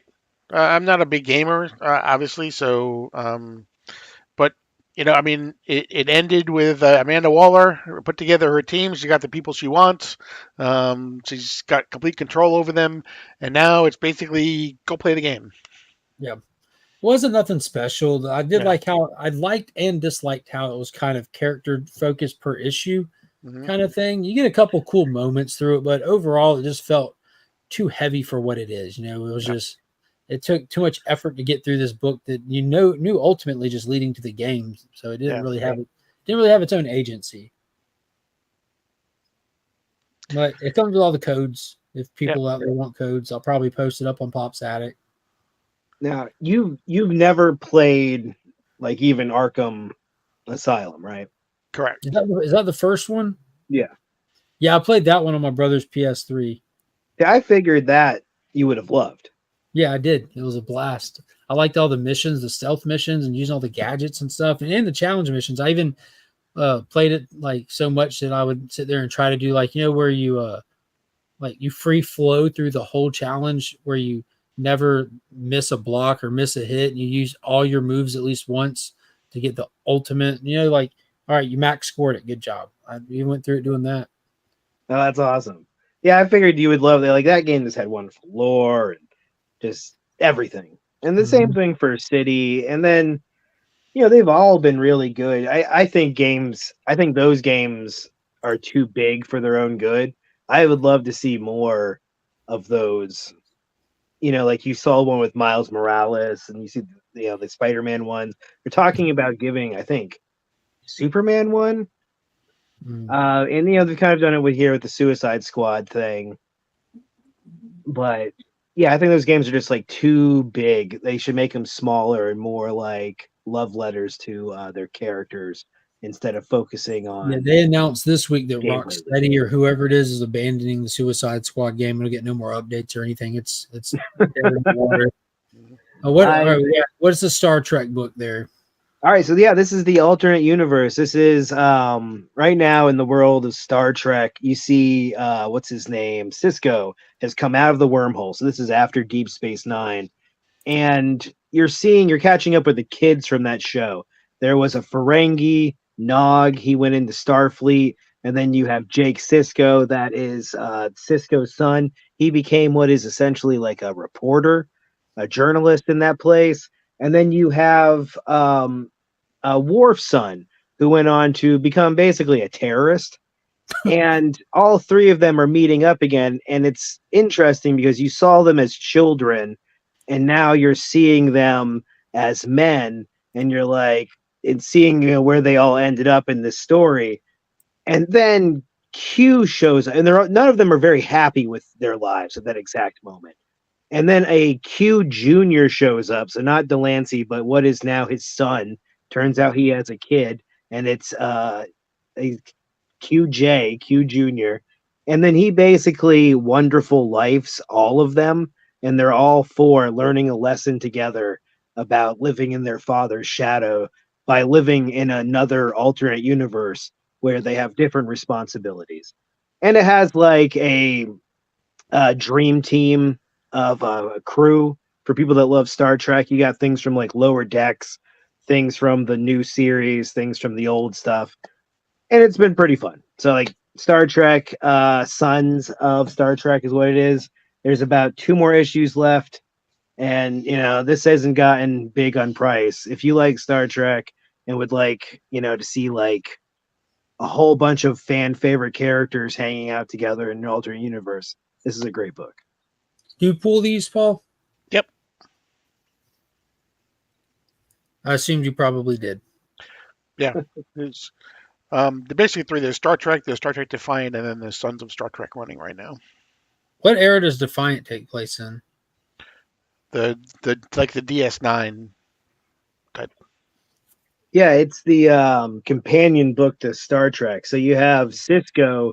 He is on a ship called the Theseus, which has Scotty as his engineer, and you got Spock on that ship, and a bunch of other, famous people. And then at the exact same time, backing up their adventures, Worf is on the Defiant, that also has a dream team of Star Trek characters from every era.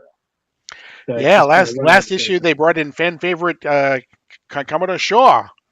Yeah, that was great. He was in season 3 of Picard. A guy shows up who's in charge of a ship, and they're trying to get him to join their shenanigans, Picard and Riker. And this guy is just not having it. And you're supposed to hate him, but his delivery, he became a fan favorite immediately as someone who everyone could relate to. It's like he didn't seem like he was being mean to them, but like he needed his coffee and just cannot believe this is happening right now. He's really put out. He has a lot of things on his plate, and now he's got to deal with this. So yeah, he's immediately a fan favorite from Picard 3, and he shows up in this in Defiant. Nice. But another fan favorite get her own series this week, expanding the Energon universe even further into really it's like third wave, and that was Scarlet #1 dropped. So Duke has ended. We're shifting over to Scarlet. Cobra Commander has ended. Destro is on the way. This was pretty interesting. It was fun. It was not really like deep into the lore yet of the Energon universe. Her simply running a mission, trying to track down some bad guys with some tech weapons, and finding out that her old companion Jinx is embedded in it as well. So we're going to unravel the mystery of her friendship with Jinx, as well as what's going on with these weapons they're trying to get a hold of. I'm more interested in going ahead and getting her into the main body of the story and seeing what's going on with the Joes as a whole. I'm interested to see what they're going to do with these single character stories, if we're going to start folding them more into like a group setting. But I guess they're trying to not get too much of that because you have the G.I. Joe main title as well. But it's solid. You know what's not solid, Paul? What's that? This trash. Great cover, though. It is a great cover. So boring. So I thought you were dropping that. Yeah, but like I don't drop stuff. I say I'm going to drop stuff, and then like I just got like Love Everlasting issue 18. I haven't read it since issue 7. Yeah, You're I dropped Love Everlasting. Yeah, it's just I was waiting for some issues to come out to where I can binge read it and it'd like get some of the meat and potatoes because you only get so little bit of a hint in each issue. And I forgot to ever do that. And I'm dropping Ultimate Spider-Man after the next issue because that's going to be that'll be the complete 6 issues. That'll be the first yeah, story. I'm probably right there with you. Like none of the other stuff has got me to want to pick it up. So like I said, there's no point. Yeah, Mark Waid isn't even writing Shazam anymore. No, that's why I say I'm going to drop it. Mm-hmm. I showed up late to the shop, and I missed Scarlet. I didn't have them. I figured I would pick it up. It was gone. Energon Universe is firing on all cylinders. Kneel before Zod is as well. He's going through the ship, getting his bearings, getting his Legion of Zod in order, and he wants to investigate what's in the maximum security wing of this prison. And there's a giant eye and a green lady that was held down there in the Emerald Empress. You read that? Does that sound familiar? Some glowing green girl with a giant eye. She's from the Legion of Superheroes. Okay. She was part of the Fatal Five, I believe. Makes sense all of a sudden. Yeah, so it looks like he's going to have her on his team. Get Fury continues to be a really solid read. Who is that again? Garth Ennis. This is hard hitting.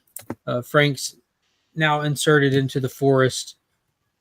That's pretty much all that happens. You find out the people that sent him there aren't just doing it to protect America, but to protect their own assets, as they've been doing a little bit of illegal stuff over there, looking the other way to make some money here and there and everything. So they wanted to protect themselves, and they might have made a bad call, thinking Fury knew something about them, and they sent Castle to take him out. But we'll see how it plays out. How many you got? You got another one, Aggressive? I got one more. I'm done. Man, I'm over here looking through my box trying to pull out this Star Wars. Like I say, I bagged and bored, not thinking about the show. And there was the new, I think it was 46. Calrissian is getting framed. We all know he's going to get out of it. It's fine. He helped save Mon Mothma last issue, so he should get out of it, right? Yeah, the Mon Mothma thing was actually pretty good. Yeah, my read of the week goes to, hands down, Space Ghost issue number 2. David Pepos' new run. Cover of the week, hands down. This has been my favorite cover all year, I think. Like this Matina cover, this specific one, there's just something about it. The colors, just him posted up, like the asteroids coming through him. It's actually relevant to the story. But did y'all see that movie John Carter that Disney made? Yeah. I love it. You know that scene when all the Tarks are, all the bad guy horde of the Four Arms are coming in at him, and he just goes ham, like him and his little war dog just absolutely go crazy fighting him, and he's having the flashbacks of his family dying and just letting out all of his rage. Space Ghost has that scene in this, but you also get some of his past, and it was so good. It was so good. By the end of this issue, we are at the point where, like the show is, like he's got his sidekicks. They're on board. They're all, dude, it's just good. I don't want to get into too much. I know you got it coming in the mail. AR, I know you haven't read it yet, but yeah, it is, dude, it went tough. It was really, really tough. I went with the Bjorn Barron's cover. It's a badass cover. Pops, did you get issue number 2? My dad doesn't pool. He canceled his like monthly pools. The way he said it to me is he's got so much stuff he still has to get through to read. It's going to be a task to do that before he dies. So he stopped pulling in new stuff on his birthday a couple of years ago and pulled until they got to an end of a story arc, until it ran out or whatever. And he hasn't bought any comics until Space Ghost 1 came out. And there's one point he said he was online. He checked off all the covers and he deleted them, but he gave it. He went to AVX and picked up one of each one they had on the shelf at the time. Waiting for the trades. That's fair. That's fair. But did you see this? Did you see this cover? Waiting for the trades. It'll be in there. They got the cover galleries. Love Space Ghost. Yeah, that was awesome. Last thing I got isn't a review of anything, but I would recommend everybody, if you haven't read it or haven't checked it out, the deluxe hardcover edition of Geiger is out. You got volume 1 of Geiger in there, as well as the 80-page giant minus the red coat story. I guess they're saving that for the red coat hardcover. But yeah, can't wait to open that up. There's a lot of extra features in there as well. And a lot of new content, not new story content, I don't believe, but just other stuff, other bells and whistles. If anybody's going to be at Heroes Con or in Charlotte, North Carolina, be sure to come by and say hello. We'll post it up in there, repping the Comics Curing Cancer booth. Come by, say hello. You know, we got some cool stuff. We got the Ignacio de Meglio Superman art print. We got the art book. We have the Sonic exclusive comic. We'll have some creatives coming by. Austin LeMay will be signing all 3 days. He did the cover art for the art book, as well as the stuff you see there featured around his face. We have Martin Zavala. There will be doing an art demo on Sunday, and the piece that he demos, he'll be auctioning, will be donated to Comics Curing Cancer and auctioned off during the big event. Matt Wilson, who did the cover of the Unnatural Order for us last year, he'll be there signing from 2 p.m. to 3 p.m. Also, if you picked up a copy of Unnatural Order last year, he will sign that for free forever. If you ever see him and have it with you at any con, he'll sign it absolutely for free. And last but not least, Chad Schutel, who also worked in the art book as well as numerous other amazing pieces, will be there Friday and Saturday from 2 to 3 signing at the Comics Curing Cancer booth. Be sure to come by, see us, come say hey. Very nice. Send that back. The cover's damaged. Yeah, it's got some rust on it. I'm so heartbroken. HBO Max took Coast to Coast down. Yeah, it'll bounce back up somewhere. Always does. But you guys got anything else for tonight? Can't think of anything. Oh, I'm so excited, man. Next week is Heroes Con. Heroes Can't wait Con. to see everyone in person. We'll be there on Thursday, setting up Friday, Saturday, and Sunday. It's going to be a massive group. Paul, next year, man. Or this year, you know, you can still come. Tickets are still on sale. Oh, well, we're not far from also, we're, what is it? We are 1 month and 2 days away from vacation time. I'll be heading down to Florida, and me and Paul will be hitting some coliseums of comics and hanging out, doing some comic hunting as well. So I'm looking forward to that. A lot of good stuff to look forward to. I appreciate everybody watching. Be sure to make sure you got that notification bell turned on. I got a fun video for this week's Monday video. Fun topic with a hopeful ending. Be sure to check it out. And until next time, as always, I'm Mark, but we are Legion.